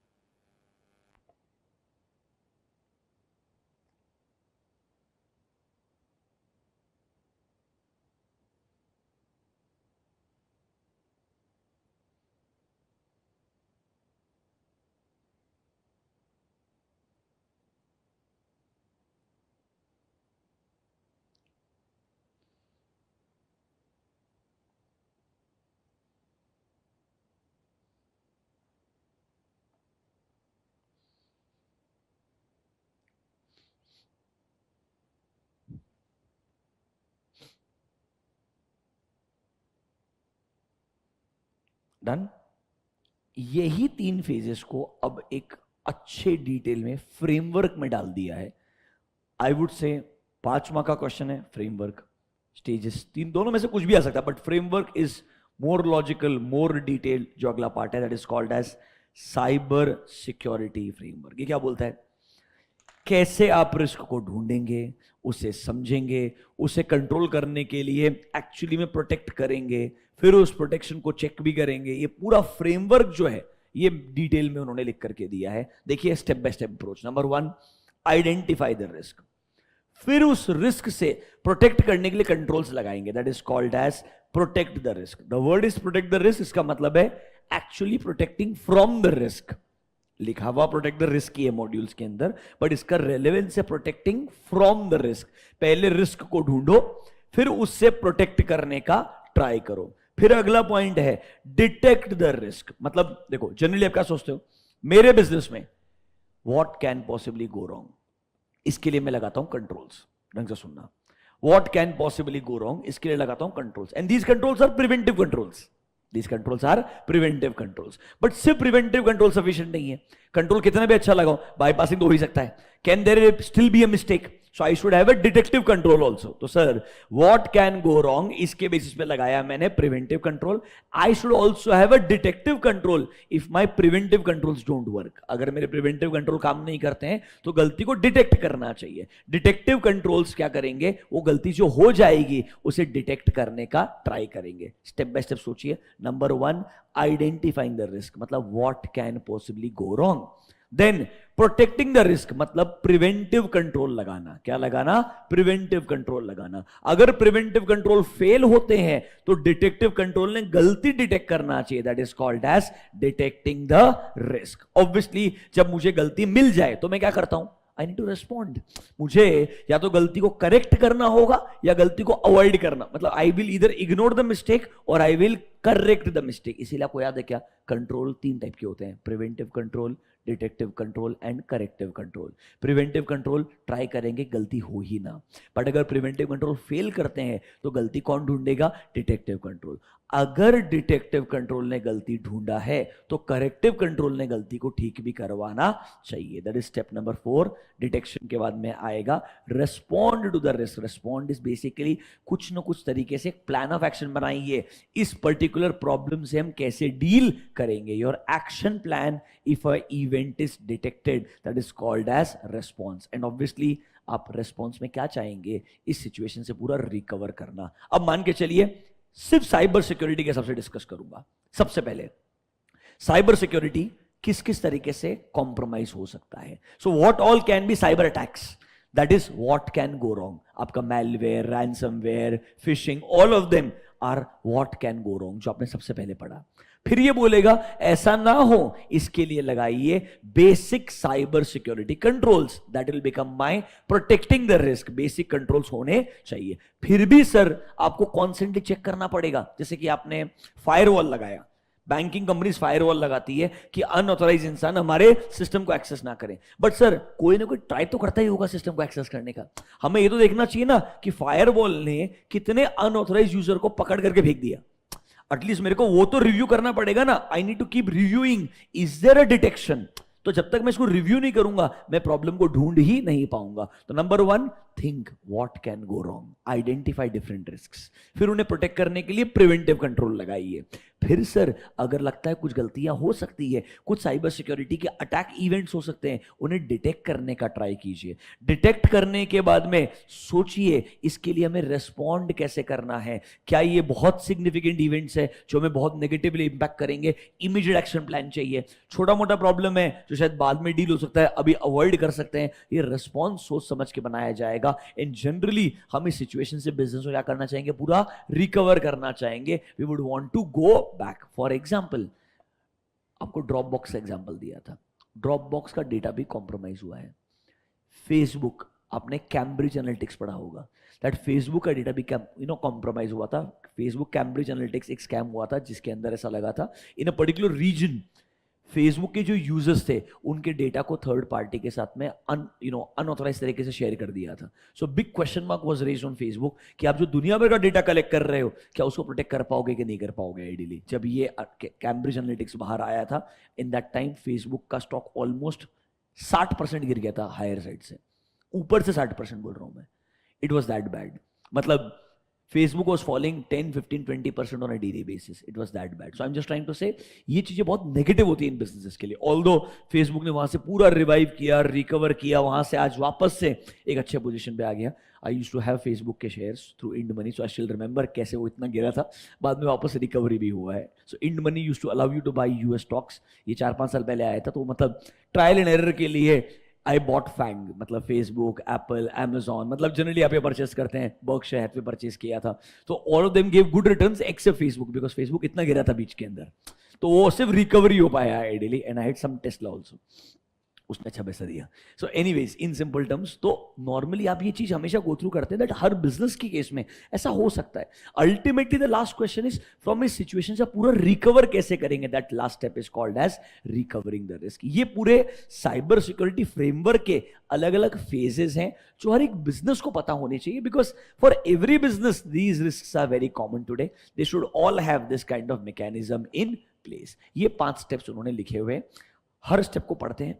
सर किसी में एक दो अच्छे पॉइंट आइडेंटिफाई करते हैं. आपको हेडिंग एंड एक या 2 पॉइंट लिखने के लिए प्रिपेयर्ड होना चाहिए. आइए let's start. Number 1, identify the risk. सबसे पहले auditor has to determine whether entity's risk assessment process considers, mark the word, cyber risk. मतलब क्या कंपनी एक्चुअली में साइबर सिक्योरिटी रिस्क को सीरियसली लेता है या नहीं लेता है. एंटिटी ने जैसे खुद के लिए नॉर्मल बिजनेस का पीरियोडिक रिस्क असेसमेंट करते हैं, वैसे साइबर सिक्योरिटी रिस्क का भी पीरियोडिक असेसमेंट करना चाहिए. एंड एक प्रॉपर स्ट्रेटेजी बनाना चाहिए कि कैसे हम लोग साइबर सिक्योरिटी रिस्क को ढूंढेंगे जो हमारे बिजनेस को मेजर तरीके से इंपैक्ट कर सकता है, डेटा लॉस में रिजल्ट हो सकता है, या अनऑथराइज तरीके से हमारे सिस्टम का एक्सेस दे सकता है. बेसिकली ऑडिटर कंपनी से पूछेगा, do you take cyber security risk seriously. जो अब आप नॉर्मल बिजनेस का रिस्क असेसमेंट करते हैं उसमें साइबर सिक्योरिटी रिस्क को भी कंसीडर करते हैं क्या. Do you have a plan for this. ये ऑडिटर ने समझने का ट्राई करना चाहिए. Is point number 1 and 2 clear to you. Normally अब गाइडेंस देगा, कंपनी ने जनरली मेंटेन करना चाहिए एंड पीरियोडिकली रिव्यू करना चाहिए an inventory of their all important information assets. मतलब जो उनके इंटेंजिबल इंटेलेक्चुअल प्रॉपर्टीज हो गई, your patent, copyrights and all, they all needs to be periodically reviewed. कहीं कोई कॉम्प्रोमाइज तो नहीं हो रहा है, ये आपने रिव्यू करते रहना चाहिए. Sir entity should also classify and prioritise protection of their information based assets based on the sensitivity. अगर हमको लगता है कुछ इंफॉर्मेशन बहुत हाईली सेंसिटिव है, उसे आइसोलेट कर दो. Don't make that information part of normal ERP. उसको ईआरपी से निकाल के आइसोलेट कर दीजिए. आपने ऐसा स्टेप्स फॉलो किया है कि नहीं किया है. इससे पता चलता है how sensible company is towards cyber security risk.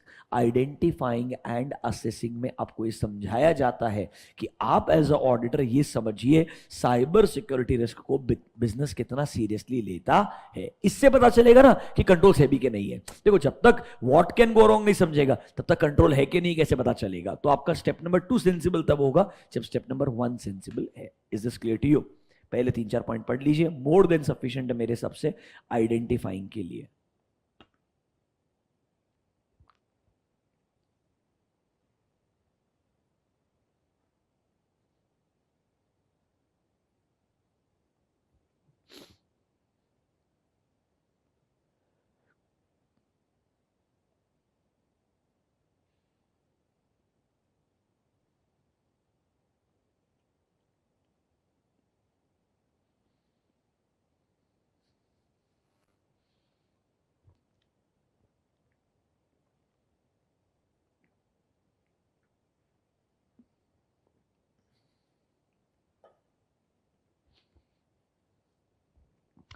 अब आइए नंबर 2 पे.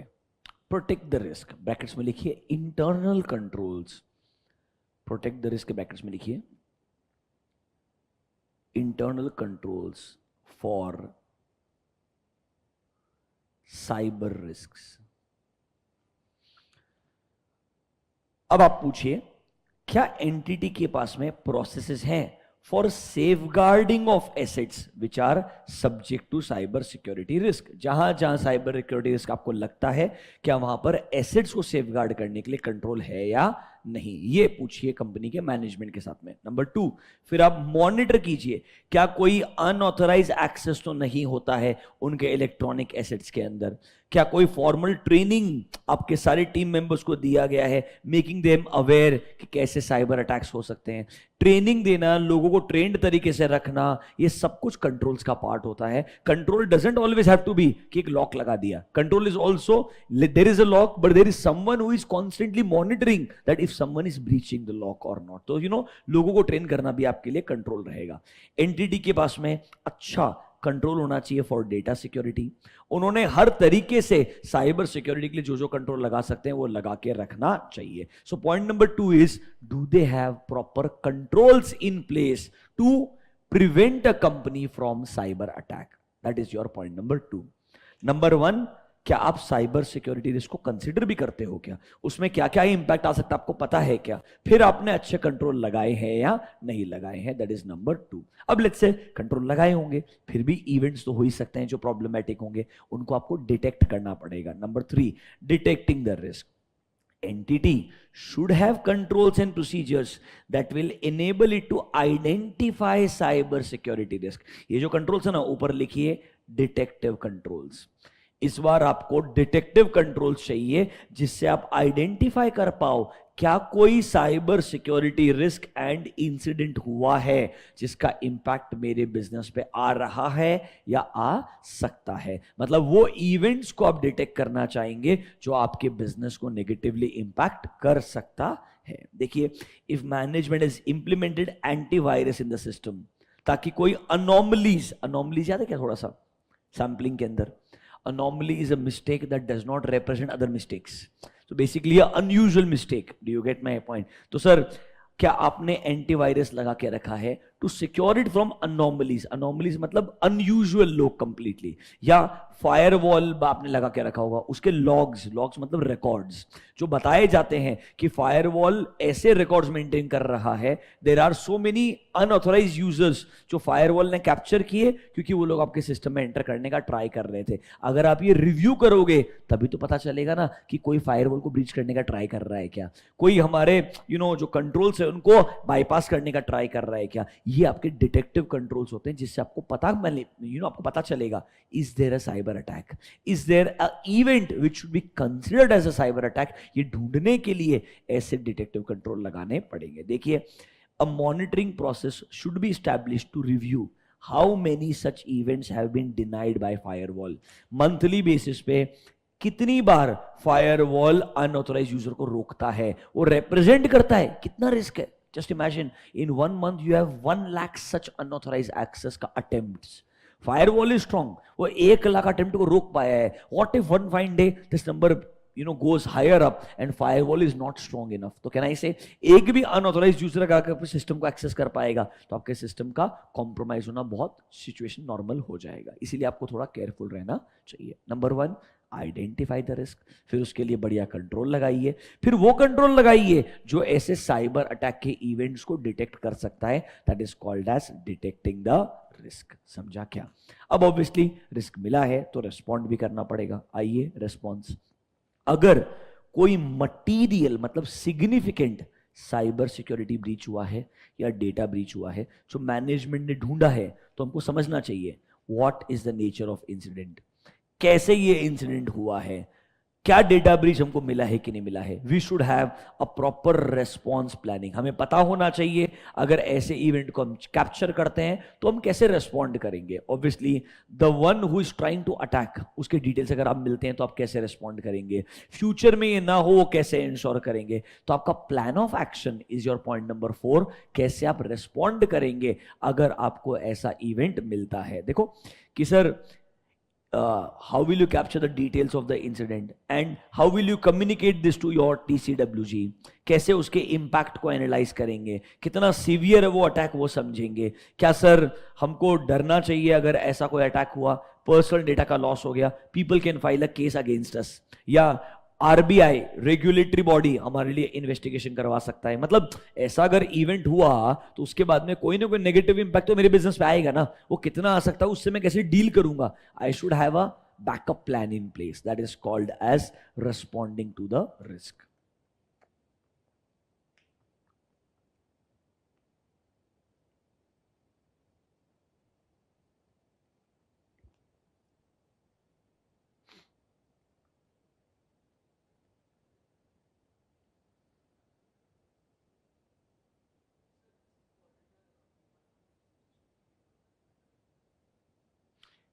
कैसा होता है समझो मेरा बात, आपके जो स्टैट्यूटरी ऑर्डर का स्कोप है ना वो अनफॉर्चुनेटली इतना रिस्ट्रिक्टेड है एज पर कंपनीज एक्ट कि हम नॉर्मली उस स्कोप के बियॉन्ड जाते हैं, बट इन सबसे हमको इतना फर्क नहीं पड़ता है।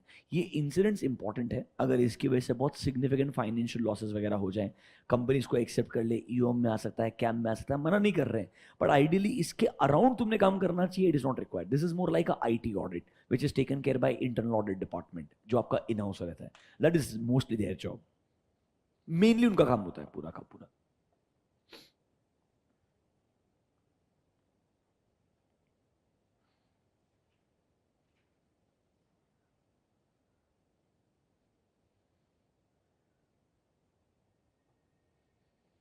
एंड ऑब्वियसली सबके बाद में रिकवर फ्रॉम द रिस्क, ये सब होने के बाद में अगर आपके ऑपरेशंस डिस्टर्ब हो गए हैं, प्रॉब्लम हो गया है, तो आप कैसे रिस्टोर करेंगे टू द नॉर्मल सिचुएशन। देखिए, entity should undertake appropriate action to recover from the attack and make sure the business is up and running. इसके लिए तो होता है ना, आपको अगर थोड़ा बहुत याद है, DRP and BCP, disaster recovery plan and business continuity plan, अगर आपको याद है, मतलब इन टाइम्स ऑफ डिजास्टर आप कैसे पूरा रिकवर करेंगे, that is called as DRP। BCP is business continuity plan, जब अटैक होता है तो बिजनेस को कैसे कंटिन्यू रखा जाए एटलीस्ट, मतलब रिकवरी में take time but at least business should continue as much as possible, that is called as business continuity plan. BCP is business continuity plan, DRP is disaster recovery plan. ये controls भी थे ये है इसमें। एक trust में ये कुछ भी नहीं है, मतलब जो EIS का चैप्टर 3 उसके अगेंस्ट में, मतलब this is nothing, you should be thankful की मतलब इट्स नथिंग। बेसिक 5 स्टेप याद कर लिए किसी ने भी काम हो जाएगा, कुछ नहीं हो तो तुक्के में भी लिखिएगा तो सही होगा। रिस्क ढूंढना है, कंट्रोल लगाने का है, फिर से कोई गलती होगी तो वो ढूंढने का है, और रिकवर करने का, इतना भी लिखा तो भी तुम्हारा आंसर हो जाएगा। मतलब ज्यादा पब्लिक को समझेगा भी नहीं, कोई बैठ के पढ़ने वाला नहीं है, तुम थोड़ा EIS पढ़ के आए हो जिंदगी में इसलिए तुमको समझेगा। आगे समरी दिया उसी चीज का, जब टाइम मिले पढ़ लेना, वही चीज लिखा हुआ है, कोई डिफरेंस नहीं है। फ्रेमवर्क मेरे को इंपॉर्टेंट लगता है, स्टेजेस मेरे को इंपॉर्टेंट लगते हैं। अनफॉर्चुनेटली एक प्रॉब्लम है, क्वेश्चन में केयरफुल होना पड़ेगा, स्टेज पूछता है, फ्रेमवर्क पूछता है। एक तरीका और है, 5 मार्क का क्वेश्चन स्टेज पे नहीं आ सकता है, स्टेज 3 ही है। तो अगर 5 मार्क का क्वेश्चन है तो नॉर्मली फ्रेमवर्क के ऊपर आएगा। वेरी हाई प्रोबेबिलिटी मेरे को फ्रेमवर्क का लगता है, इफ यू आस्क मी, वो ज्यादा प्रॉपर लॉजिकल तरीके से लिखा हुआ है, मेरे को फ्रेमवर्क ज्यादा इंपॉर्टेंट लगता है। कुछ बेसिक से कंट्रोल्स है, पढ़ेंगे उनको बाद में, पर बेसिक एटलीस्ट आपका साइबर सिक्योरिटी रिस्क वाला पार्ट मेजर कंप्लीट हो गया है। मतलब इस चैप्टर का एक जो मेजर पार्ट था कि भाई ओवरऑल डिजिटल ऑडिट क्या है, कैसे रिस्क को आप अंडरस्टैंड करके आइडेंटिफाई करेंगे, कैसे उसके रिगार्डिंग फ्रेमवर्क बनाएंगे, ये सब मैकेनिज्म डिस्कशन हो चुका है। अब आखिरी 2 चीज बचती है इस चैप्टर में, एक आता है इमर्जिंग टेक्नोलॉजीज इन ऑडिट, दुनिया भर के टेक्नोलॉजीज के बारे में इंट्रोडक्शन लिखेंगे, कंटेंट नहीं लिखेंगे, इंट्रोडक्शन। ये वाला पार्ट पढ़ेंगे अपन मस्त एकदम इंडिविजुअल टॉपिक से पूरे के पूरे, this will be done. And last में तो बहुत ही कैरिड अवे हो जाएगा, नेक्स्ट जनरेशन ऑडिट। आपको 10 साल के बाद में, 5 साल के बाद में ऑडिट में क्या बदलाव देखने को मिलेंगे, इधर तो मतलब क्या है, तो बोलो तुम नेक्स्ट जनरेशन पढ़ाने का तुमको या इमर्जिंग टेक्नोलॉजी पढ़ाने का पहले in this lecture?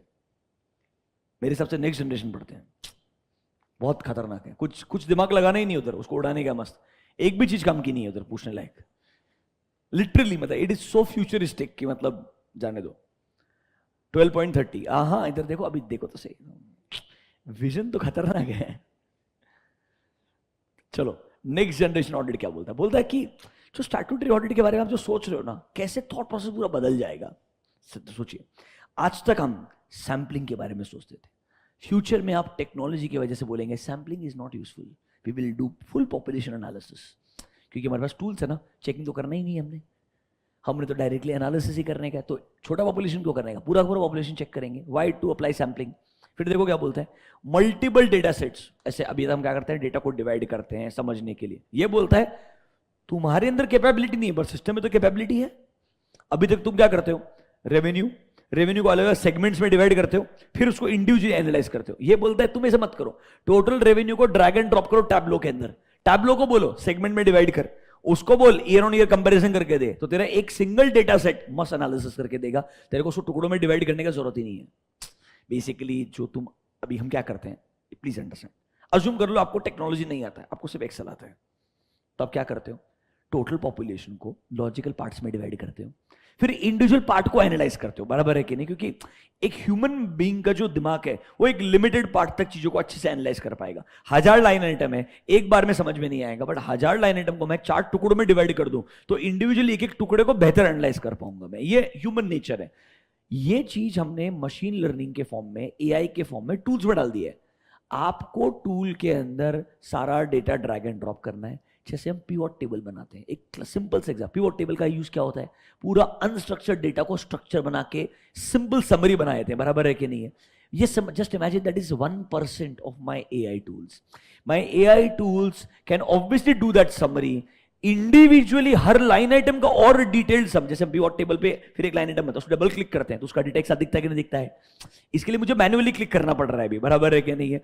My tools will drag and drop entire data, सिर्फ तुमको उसको इंस्ट्रक्शन देना है, सेगमेंट वाइज डिवाइड कर, वो सेगमेंट वाइज डिवाइड करेगा।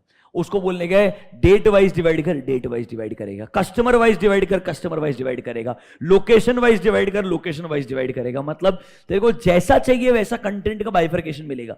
तो मैं मल्टीपल डेटा सेट को क्यों एनालाइज करूं, एक डेटा सेट उठा के एज इट इज ही एनालाइज कर सकता हूं पूरा का पूरा। That is why from multiple we will move to one data set. बात समझ में आया क्या? अभी हम टुकड़ों में डिवाइड करते हैं, अब हम एक सिंगल डेटा को डायरेक्टली एनालाइज कर सकते हैं। ये कुछ लिखा नहीं है, आपको बता रहा हूं, उसका इंटरप्रिटेशन है। डिस्कनेक्टेड टूल्स, अभी हम हर चीज के लिए अलग अलग टूल यूज करते हैं, एनालिसिस के लिए अलग, डॉक्यूमेंटेशन के लिए अलग, हर चीज के लिए अलग अलग, समझ लो। वो बोलता है नहीं, there will be integrated system in place, जहां पे सब कुछ एक जगह पे आ जाएगा। इंटीग्रेटेड इकोसिस्टम सर्विसेज, मतलब जस्ट इमेजिन क्लाइंट से फीस का जो इनवॉइस है, एंगेजमेंट लेटर है, कुछ फिजिकल नहीं होगा, it will be at one place. Your engagement letter is also signed electronically, your fees invoice is also raised in the system. They are just trying to say कि overall everything will be part of one single system. It is actually possible, impossible नहीं है, आज भी हो सकता है। बहुत सारे बिजनेसेस खुद के लिए यूज करते हैं, तो ऑडिटिंग बिजनेसेस भी ये यूज कर सकते हैं eventually in the coming time. Just imagine client से जो आप कम्युनिकेशन कर रहे हो, वो क्यों ना कम्युनिकेशन आपके एक इंडिविजुअल सिस्टम के अंदर ही होगा। Just imagine there is a dashboard, dashboard में आपका लॉगिन है जिसमें आपको आपके सारे क्लाइंट दिखते हैं। क्लाइंट के पास भी डैशबोर्ड का लॉगिन है जिसमें सिर्फ उसको आपसे रिलेटेड इंफॉर्मेशन ही दिखता है। फिर अगर मैं पार्टनर हूं जिसके पास 5 क्लाइंट है तो मेरे को 5 क्लाइंट का डैशबोर्ड दिखेगा, समझ रहे हो। किसी के पास 7 अदर क्लाइंट है, उसको 7 अदर क्लाइंट देखने को मिलेंगे आइडियली। मतलब इट्स अ डैशबोर्ड व्यू जहां पर आपको एक डायरेक्ट एक्सेस मिलेगा, one two one, one two many. Are you understanding what I'm saying? You will get access one to many ideally, and at the same time data privacy भी maintain रहेगा, because उसको उतना ही देखने को मिलेगा जितना actually उसको प्रिविलेज दिया गया है। सब कोई करेंगे, it's not very complicated, it's that ये ऑलरेडी होता है, तो बस इंडस्ट्री ढूंढो, इस इंडस्ट्री के लिए करने का है, चीजों को थोड़ा सा तोड़ मरोड़ करके उस इंडस्ट्री के लिए बना दो ऐसा आइडियली। ऑब्वियसली ऐसा आने वाले, these tools are going to become very normal. Next, manually risk assessment होता था, अब हम थोड़ा डेटा ड्रिवन करेंगे, डायनेमिक करेंगे, मतलब थोड़ा सिस्टम का इस्तेमाल करेंगे।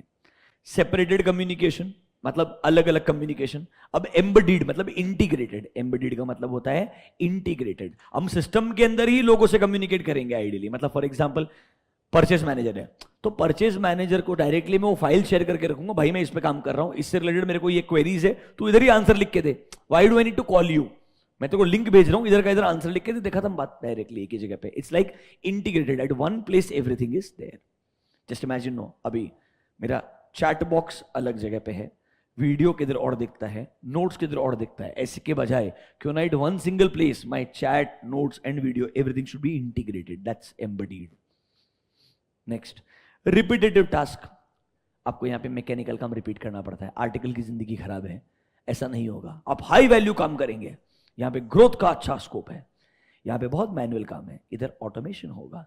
वहां पे एडहॉक इनसाइट्स है, मतलब छोटी छोटी चीज के ऊपर इनसाइट मिल रहा है। ये बोलते नहीं, इधर आपको पूरा बिगर पिक्चर है, मतलब आपको एक कंप्लीट ऑडिट का ब्रॉडर पिक्चर रहेगा ideally, so you will have a broader audit insight, मतलब आपका अंडरस्टैंडिंग थोड़ा हायर लेवल पे चले जाएगा then at a lower level. Technology का ये फायदा जरूर है, there is no disagreement about this.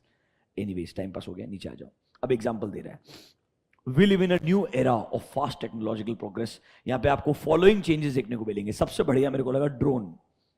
Drone को आप ऑडिट में कैसे यूज करोगे? Can you guess how to use drone in statutory audit? For inventory का फिजिकल वेरिफिकेशन। कि अगर माइनिंग एरिया वगैरह फॉर एग्जांपल अफ्रीका रीजन में, जहां याद है क्या 5 जोन में बोलते थे आप फिजिकली प्रेजेंट नहीं हो सकते हो क्योंकि आपके लाइफ को थ्रेट था, याद आ रहा है क्या आइडियली? तो वहां ड्रोन का इस्तेमाल कीजिए। देखो क्या लिखता है, using drone technology in remote location for stock count. Drones have, अब क्या कुछ भी देखो, इतना एक लाइन ऑडिट के ऊपर है, अब ड्रोन के ऊपर लिखना शुरू कर देगा। Drones have great payload capacity for carrying sensors, cameras, thus they can take picture, physically examine the count of large quantity. मतलब ठीक है। Drone captured audit information can be combined with various alternative sources. For example, QR code readers. मतलब वो inventory पे QR code रहेगा। तुम समझे क्या मेरा बात? तुम समझे नहीं? ड्रोन से तुम वहां तक जाओगे, अभी मार्बल का माइनिंग एरिया है, उधर मार्बल पड़ा हुआ है, उस पत्थर के ऊपर एक क्यूआर कोड है।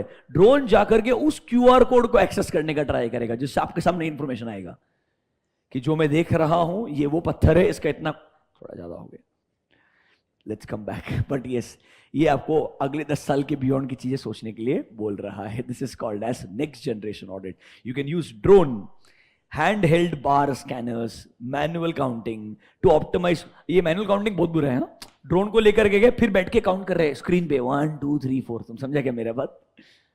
ये थोड़ा बोरिंग है बट ठीक है, this is what they are trying to say. Number 1, you can use drone technology in audit. Number 1, अब आपने सुना होगा AR VR, that is augmented reality and virtual reality. If you have seen, AR is close to your physical world, virtual is completely virtual all together. आपने सुना होगा ना, VR is like a game, कि simulation होता है, real world ऐसा दिखेगा, वैसा हम एक गेमिंग मैकेनिज्म बना देंगे जिससे आपको लगेगा आप एक्चुअल दुनिया में और आप एक्चुअल दुनिया में नहीं हो। बट ऑग्यूमेंटेड रियलिटी का मतलब क्या होता है पता है क्या? जैसे एग्जांपल समझो, एक एग्जीबिशन है बॉम्बे के अंदर। माय स्टॉक यार्ड और माय लेट्स से डेपो, जहां पे मेरा सारा माल पड़ा है पूरा का पूरा, my inventory is in Gujarat, exhibition is in Bombay. अब अगर एक कस्टमर है, वो बोलता है यार मेरे को आपका वेयर हाउस में कैसे चीजें प्रेजेंट करके रखी है, आपका डिजाइन वगैरह क्या क्या वो देखने का है, बट मैं फिजिकली ट्रैवल नहीं करना चाहता हूं। So what I can do is I can use augmented reality, where मैंने एक प्रॉपर 3D मैकेनिज्म पे रिकॉर्डिंग करके रखा है मेरे पूरे वेयर हाउस का, जो मैं आपको एक सेट के थ्रू दिखाता हूं, तो आपको ऐसा लगेगा आप लिटरली मेरे वेयर हाउस के अंदर फिजिकली वॉक कर रहे हैं। आपको लगेगा मेरे वेयर हाउस में राइट साइड में, मतलब this is connected to the real world. ये एक्चुअली यूज होता है बाय द वे, अगर आप अच्छे इंडिया में भी होता है, मतलब you don't need to go to Dubai for this. Dubai is a different world, trust me. They have AI related specific exhibitions which are so crazy. तुम एक फ्यूचर ऑफ म्यूजियम सुना होगा आपने दुबई का, you'll go crazy. मतलब आप actually में कुछ घंटे के लिए उधर जाएंगे ना, आपको लगेगा ये रियल लाइफ हो ही नहीं सकता, it is not possible, it is that great, but it also seems so dangerous. मतलब एक्चुअली में जो आज तक मूवीज में देखते आए थे, how machines will take over, it actually looks like that. It is scary as well. So I'm just trying to say in simple terms, augmented reality is close to the real world. मतलब technology का इस्तेमाल ऐसे किया जा रहा है कि अगर मेरा वेयर हाउस तक आप ट्रैवल नहीं कर सकते हो, क्यों ना मैं आपको वेयर हाउस का फील यहीं बैठे बैठे दे सकता हूं।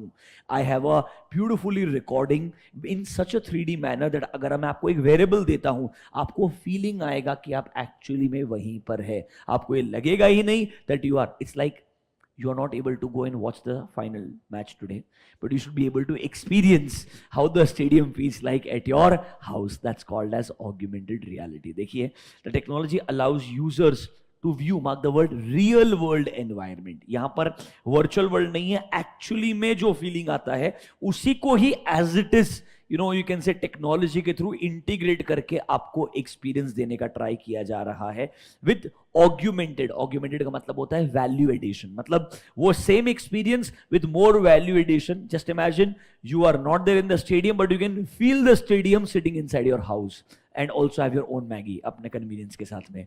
So I'm just trying to say augmented reality is a substitute for real world. It is not a virtual world. Virtual world में तो आपका imagination आ गया, इसमें imagination नहीं है, इसमें जो actual है वो ही copy paste किया गया है पूरा का पूरा. That's called as augmented reality. One famous example, Pokemon Go, मतलब Pokemon Go, वो गेम आया था ना एक Pokemon मारने वाला बैठ करके, हाँ वैसा वाला augmented reality. Next one is virtual reality. VR goes to step forward. ये थोड़ा आगे है, ये रिप्लेस कर देगा रियल वर्ल्ड को विद अ सिम्युलेटेड एनवायरनमेंट जो digital images, sounds and even touch के थ्रू क्रिएट किया गया है. यहां पर थोड़ा आपका इमेजिनेशन वर्चुअल वर्ल्ड का इस्तेमाल किया जा रहा है. This is more like your GTA, आपको वाइस सिटी वगैरह जो आप गेम वेम खेलते हो ना आइडियली पूरा का पूरा, वैसा version of the real world. मतलब आप अपना दुनिया अपने हिसाब से क्रिएट कर रहे हो with your imagination. It's like metaverse in simple terms. That's your virtual reality VR. इसको ऑडिट में कैसे यूज करना उसने बताया नहीं. उसने बोला ये टेक्नोलॉजी है, तुम समझ रहे हो ना मेरे बात. ड्रोन तक उसको भी समझ में आया. I hope you understand this. देखो, using special equipment user can explore a stimulated world and flying और स्काई डाइविंग घर बैठे बैठे कर सकता है. जाने दो. Examples of augmented and virtual reality नीचे आइए, कुछ एक आध एग्जाम्पल इधर पढ़ लो. चलो, हेल्थ सेक्टर पढ़ लो एक, देन मेटावर्स भी पढ़ लो. टाइम पास है यार. मतलब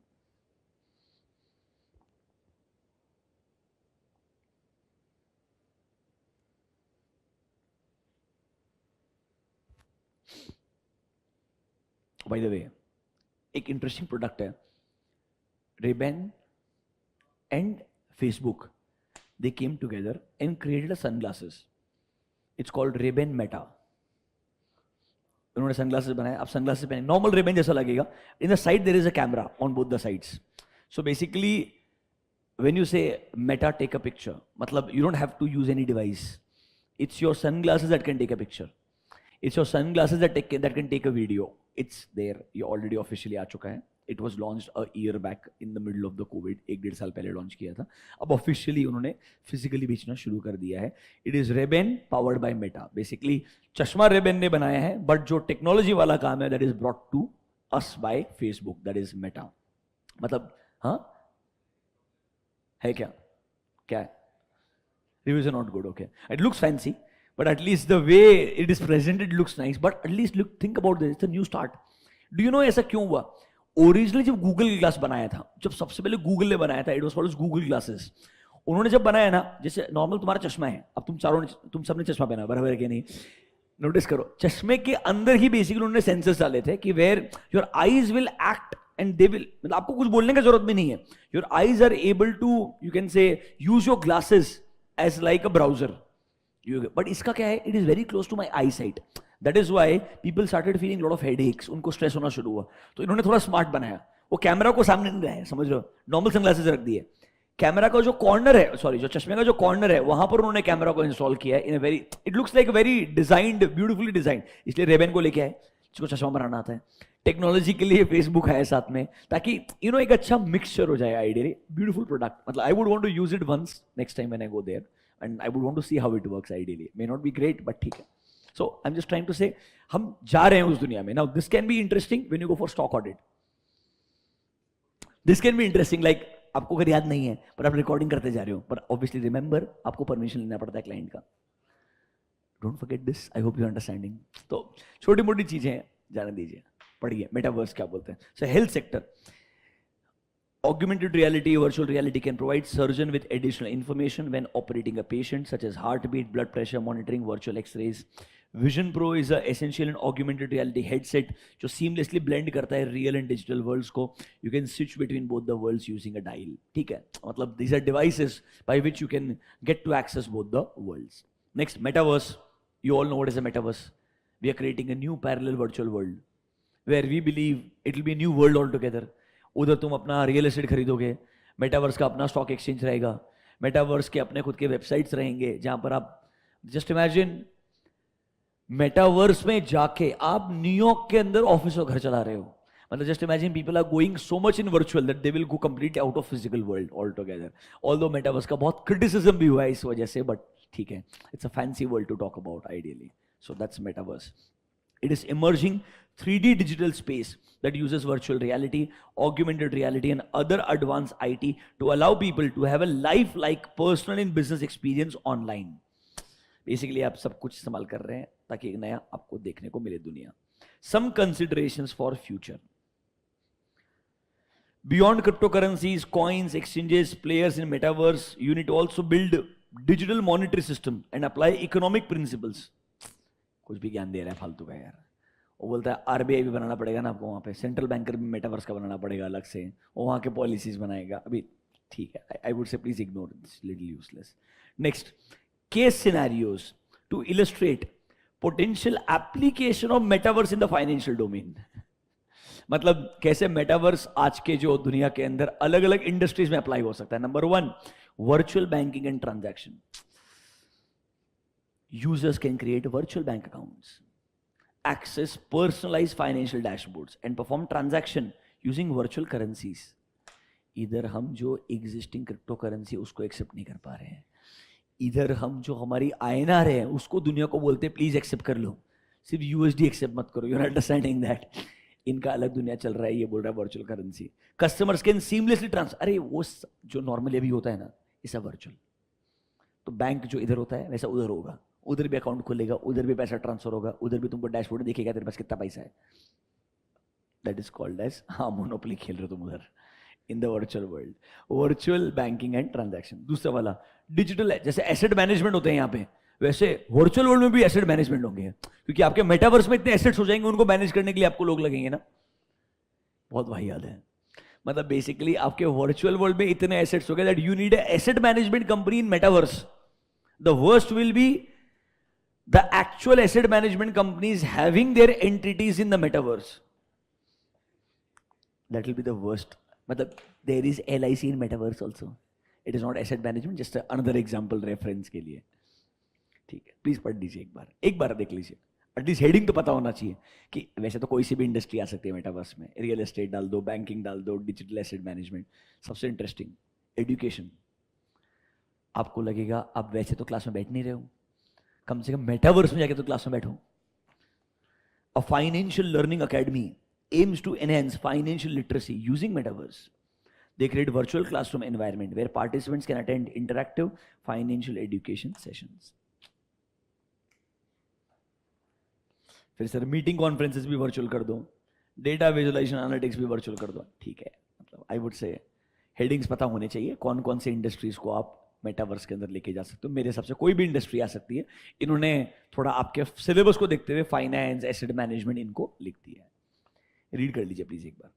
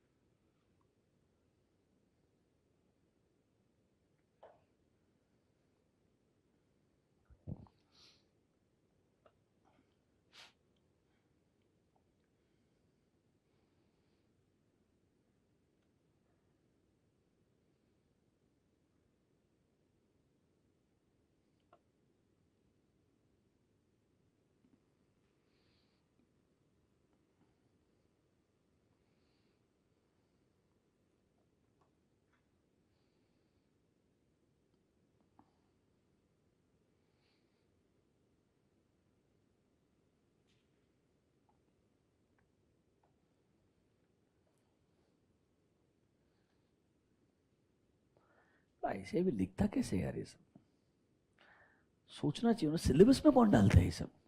तुम लिख दो कि भाई इतना रीड कर लो तुम इसके अराउंड. मतलब just give a list of things what you should read in life.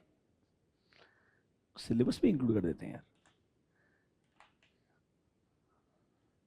I hope इस वजह से ये ना बोले हम बच्चों को मेटावर्स सिखा रहे हैं। चलो, कॉमन रिस्क एसोसिएटेड, पूरी दुनिया में टेक्नोलॉजी के जो स्टैंडर्ड रिस्क होते हैं सब लिखे हुए हैं। बियॉन्ड देयर पोटेंशियल, टेक्नोलॉजी के अपने रिस्क भी हैं। For example, public safety, cyber security, data privacy risk, data protection risk, plus metaverse में तो स्टैंडर्ड्स भी नहीं रहेंगे, रूल्स भी नहीं रहेंगे।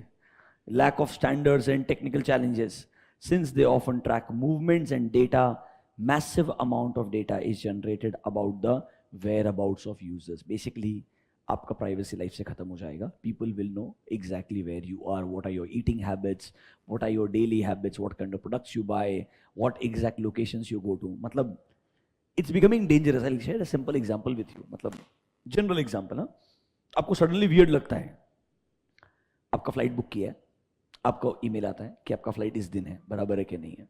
Now if you use Android, Android has access to Gmail because Android is owned by Google, बराबर है कि नहीं है।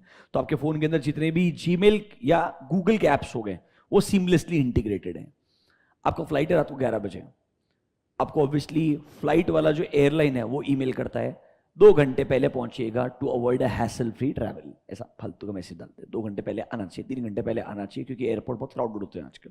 ठीक है, उस ईमेल को पढ़ के आपका एंड्रॉइड फोन, उसको मालूम है आपका घर का लोकेशन क्या है, उसको मालूम है एयरपोर्ट किधर है, वो आपको बोलता है to avoid hassle free experience you should leave from house now to reach airport by this time. Normally आता है, गूगल करता है आजकल, ये कुछ फैंसी नहीं है, वेरी नॉर्मल। अगर आप actually consistently, because I use Android for Google Maps consistently, I am more habitual, so my Android smartphone knows my office location, it knows my house location, it knows the airport का location, it knows the normal route I follow every day. मतलब हर दिन, मैं literally बता रहा हूं, इसलिए अगर मेरे को कोई दूसरा टर्न लेने का ट्राई भी करेगा, गूगल मैप्स मेरे को स्टैंडर्ड लेफ्ट ही दिखाएगा, क्योंकि नॉर्मली मैं लेफ्ट से जाता हूं। ऐसा नहीं कि राइट से वहां नहीं जा सकता हूं। If it also take same time, still वो मेरे को लेफ्ट का ऑप्शन दिखाएगा, because I am more habitual from left side. I you understanding that? But the dangerous thing is they know really well तुमने घर से निकलना चाहिए एयरपोर्ट जाने के लिए।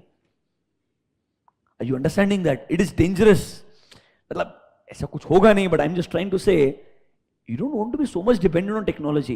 You don't want technology to do so much spoon feeding to you. इतना तुम डिसाइड कर सकते हो तुमको एयरपोर्ट के लिए कब जाने का है। I hope you understand that. तो it is becoming day by day more and more dangerous in a very simple manner, और ये बहुत प्यार से हो रहा है, मतलब आप रियलाइज नहीं करेंगे। This is happening very very subtly, और आपको लगेगा हाँ अच्छा ही है। मेजोरिटी लोग को बोलेंगे, अगर someone is staying in Bangalore, वो बोलेगा बढ़िया है, ये बता रहा है ट्रैफिक के हिसाब से मैंने कब निकल जाना चाहिए। It is nice. People will think positively, but just imagine they know everything about you. They know when you're not in the house. You're on the road. Understand? मतलब आप जितना सिक्योरिटी चाहते हैं उसके बिल्कुल ऑपोजिट साइड में जा रहे हैं when it comes to technology. Someone just needs access to your login credential and they know where you are. Just understand. So I'm just trying to say कि ये बढ़िया है डिस्कस करना, लिखना वगैरह, but in reality it can be little dangerous. मेरे हिसाब से नेक्स्ट जनरेशन ऑडिट में कुछ भी कम का नहीं है। 3 एग्जाम्पल ध्यान रखना इनके। ड्रोन, AR VR बहुत ज्यादा हो गया जिंदगी में। जो केस सिनेरियोस लिखे हैं वो पूछ सकता है दुनिया में मेटावर्स कौन कौन से ऐसे आज की इंडस्ट्रीज बताइए जो मेटावर्स में रेलेवेंट बन सकते हैं। I don't expect them to do this, but you should not know. मतलब कोई बड़ा बात नहीं है, कोई भी 4-5 इंडस्ट्री आपको जो बढ़िया लगे लिख देना। ऐसा सोचना जिस इंडस्ट्री में आपको पैसा इन्वेस्ट करना है वो सारे इंडस्ट्री का हेडिंग लिख देना, आपका काम हो जाएगा। Is this clear to you?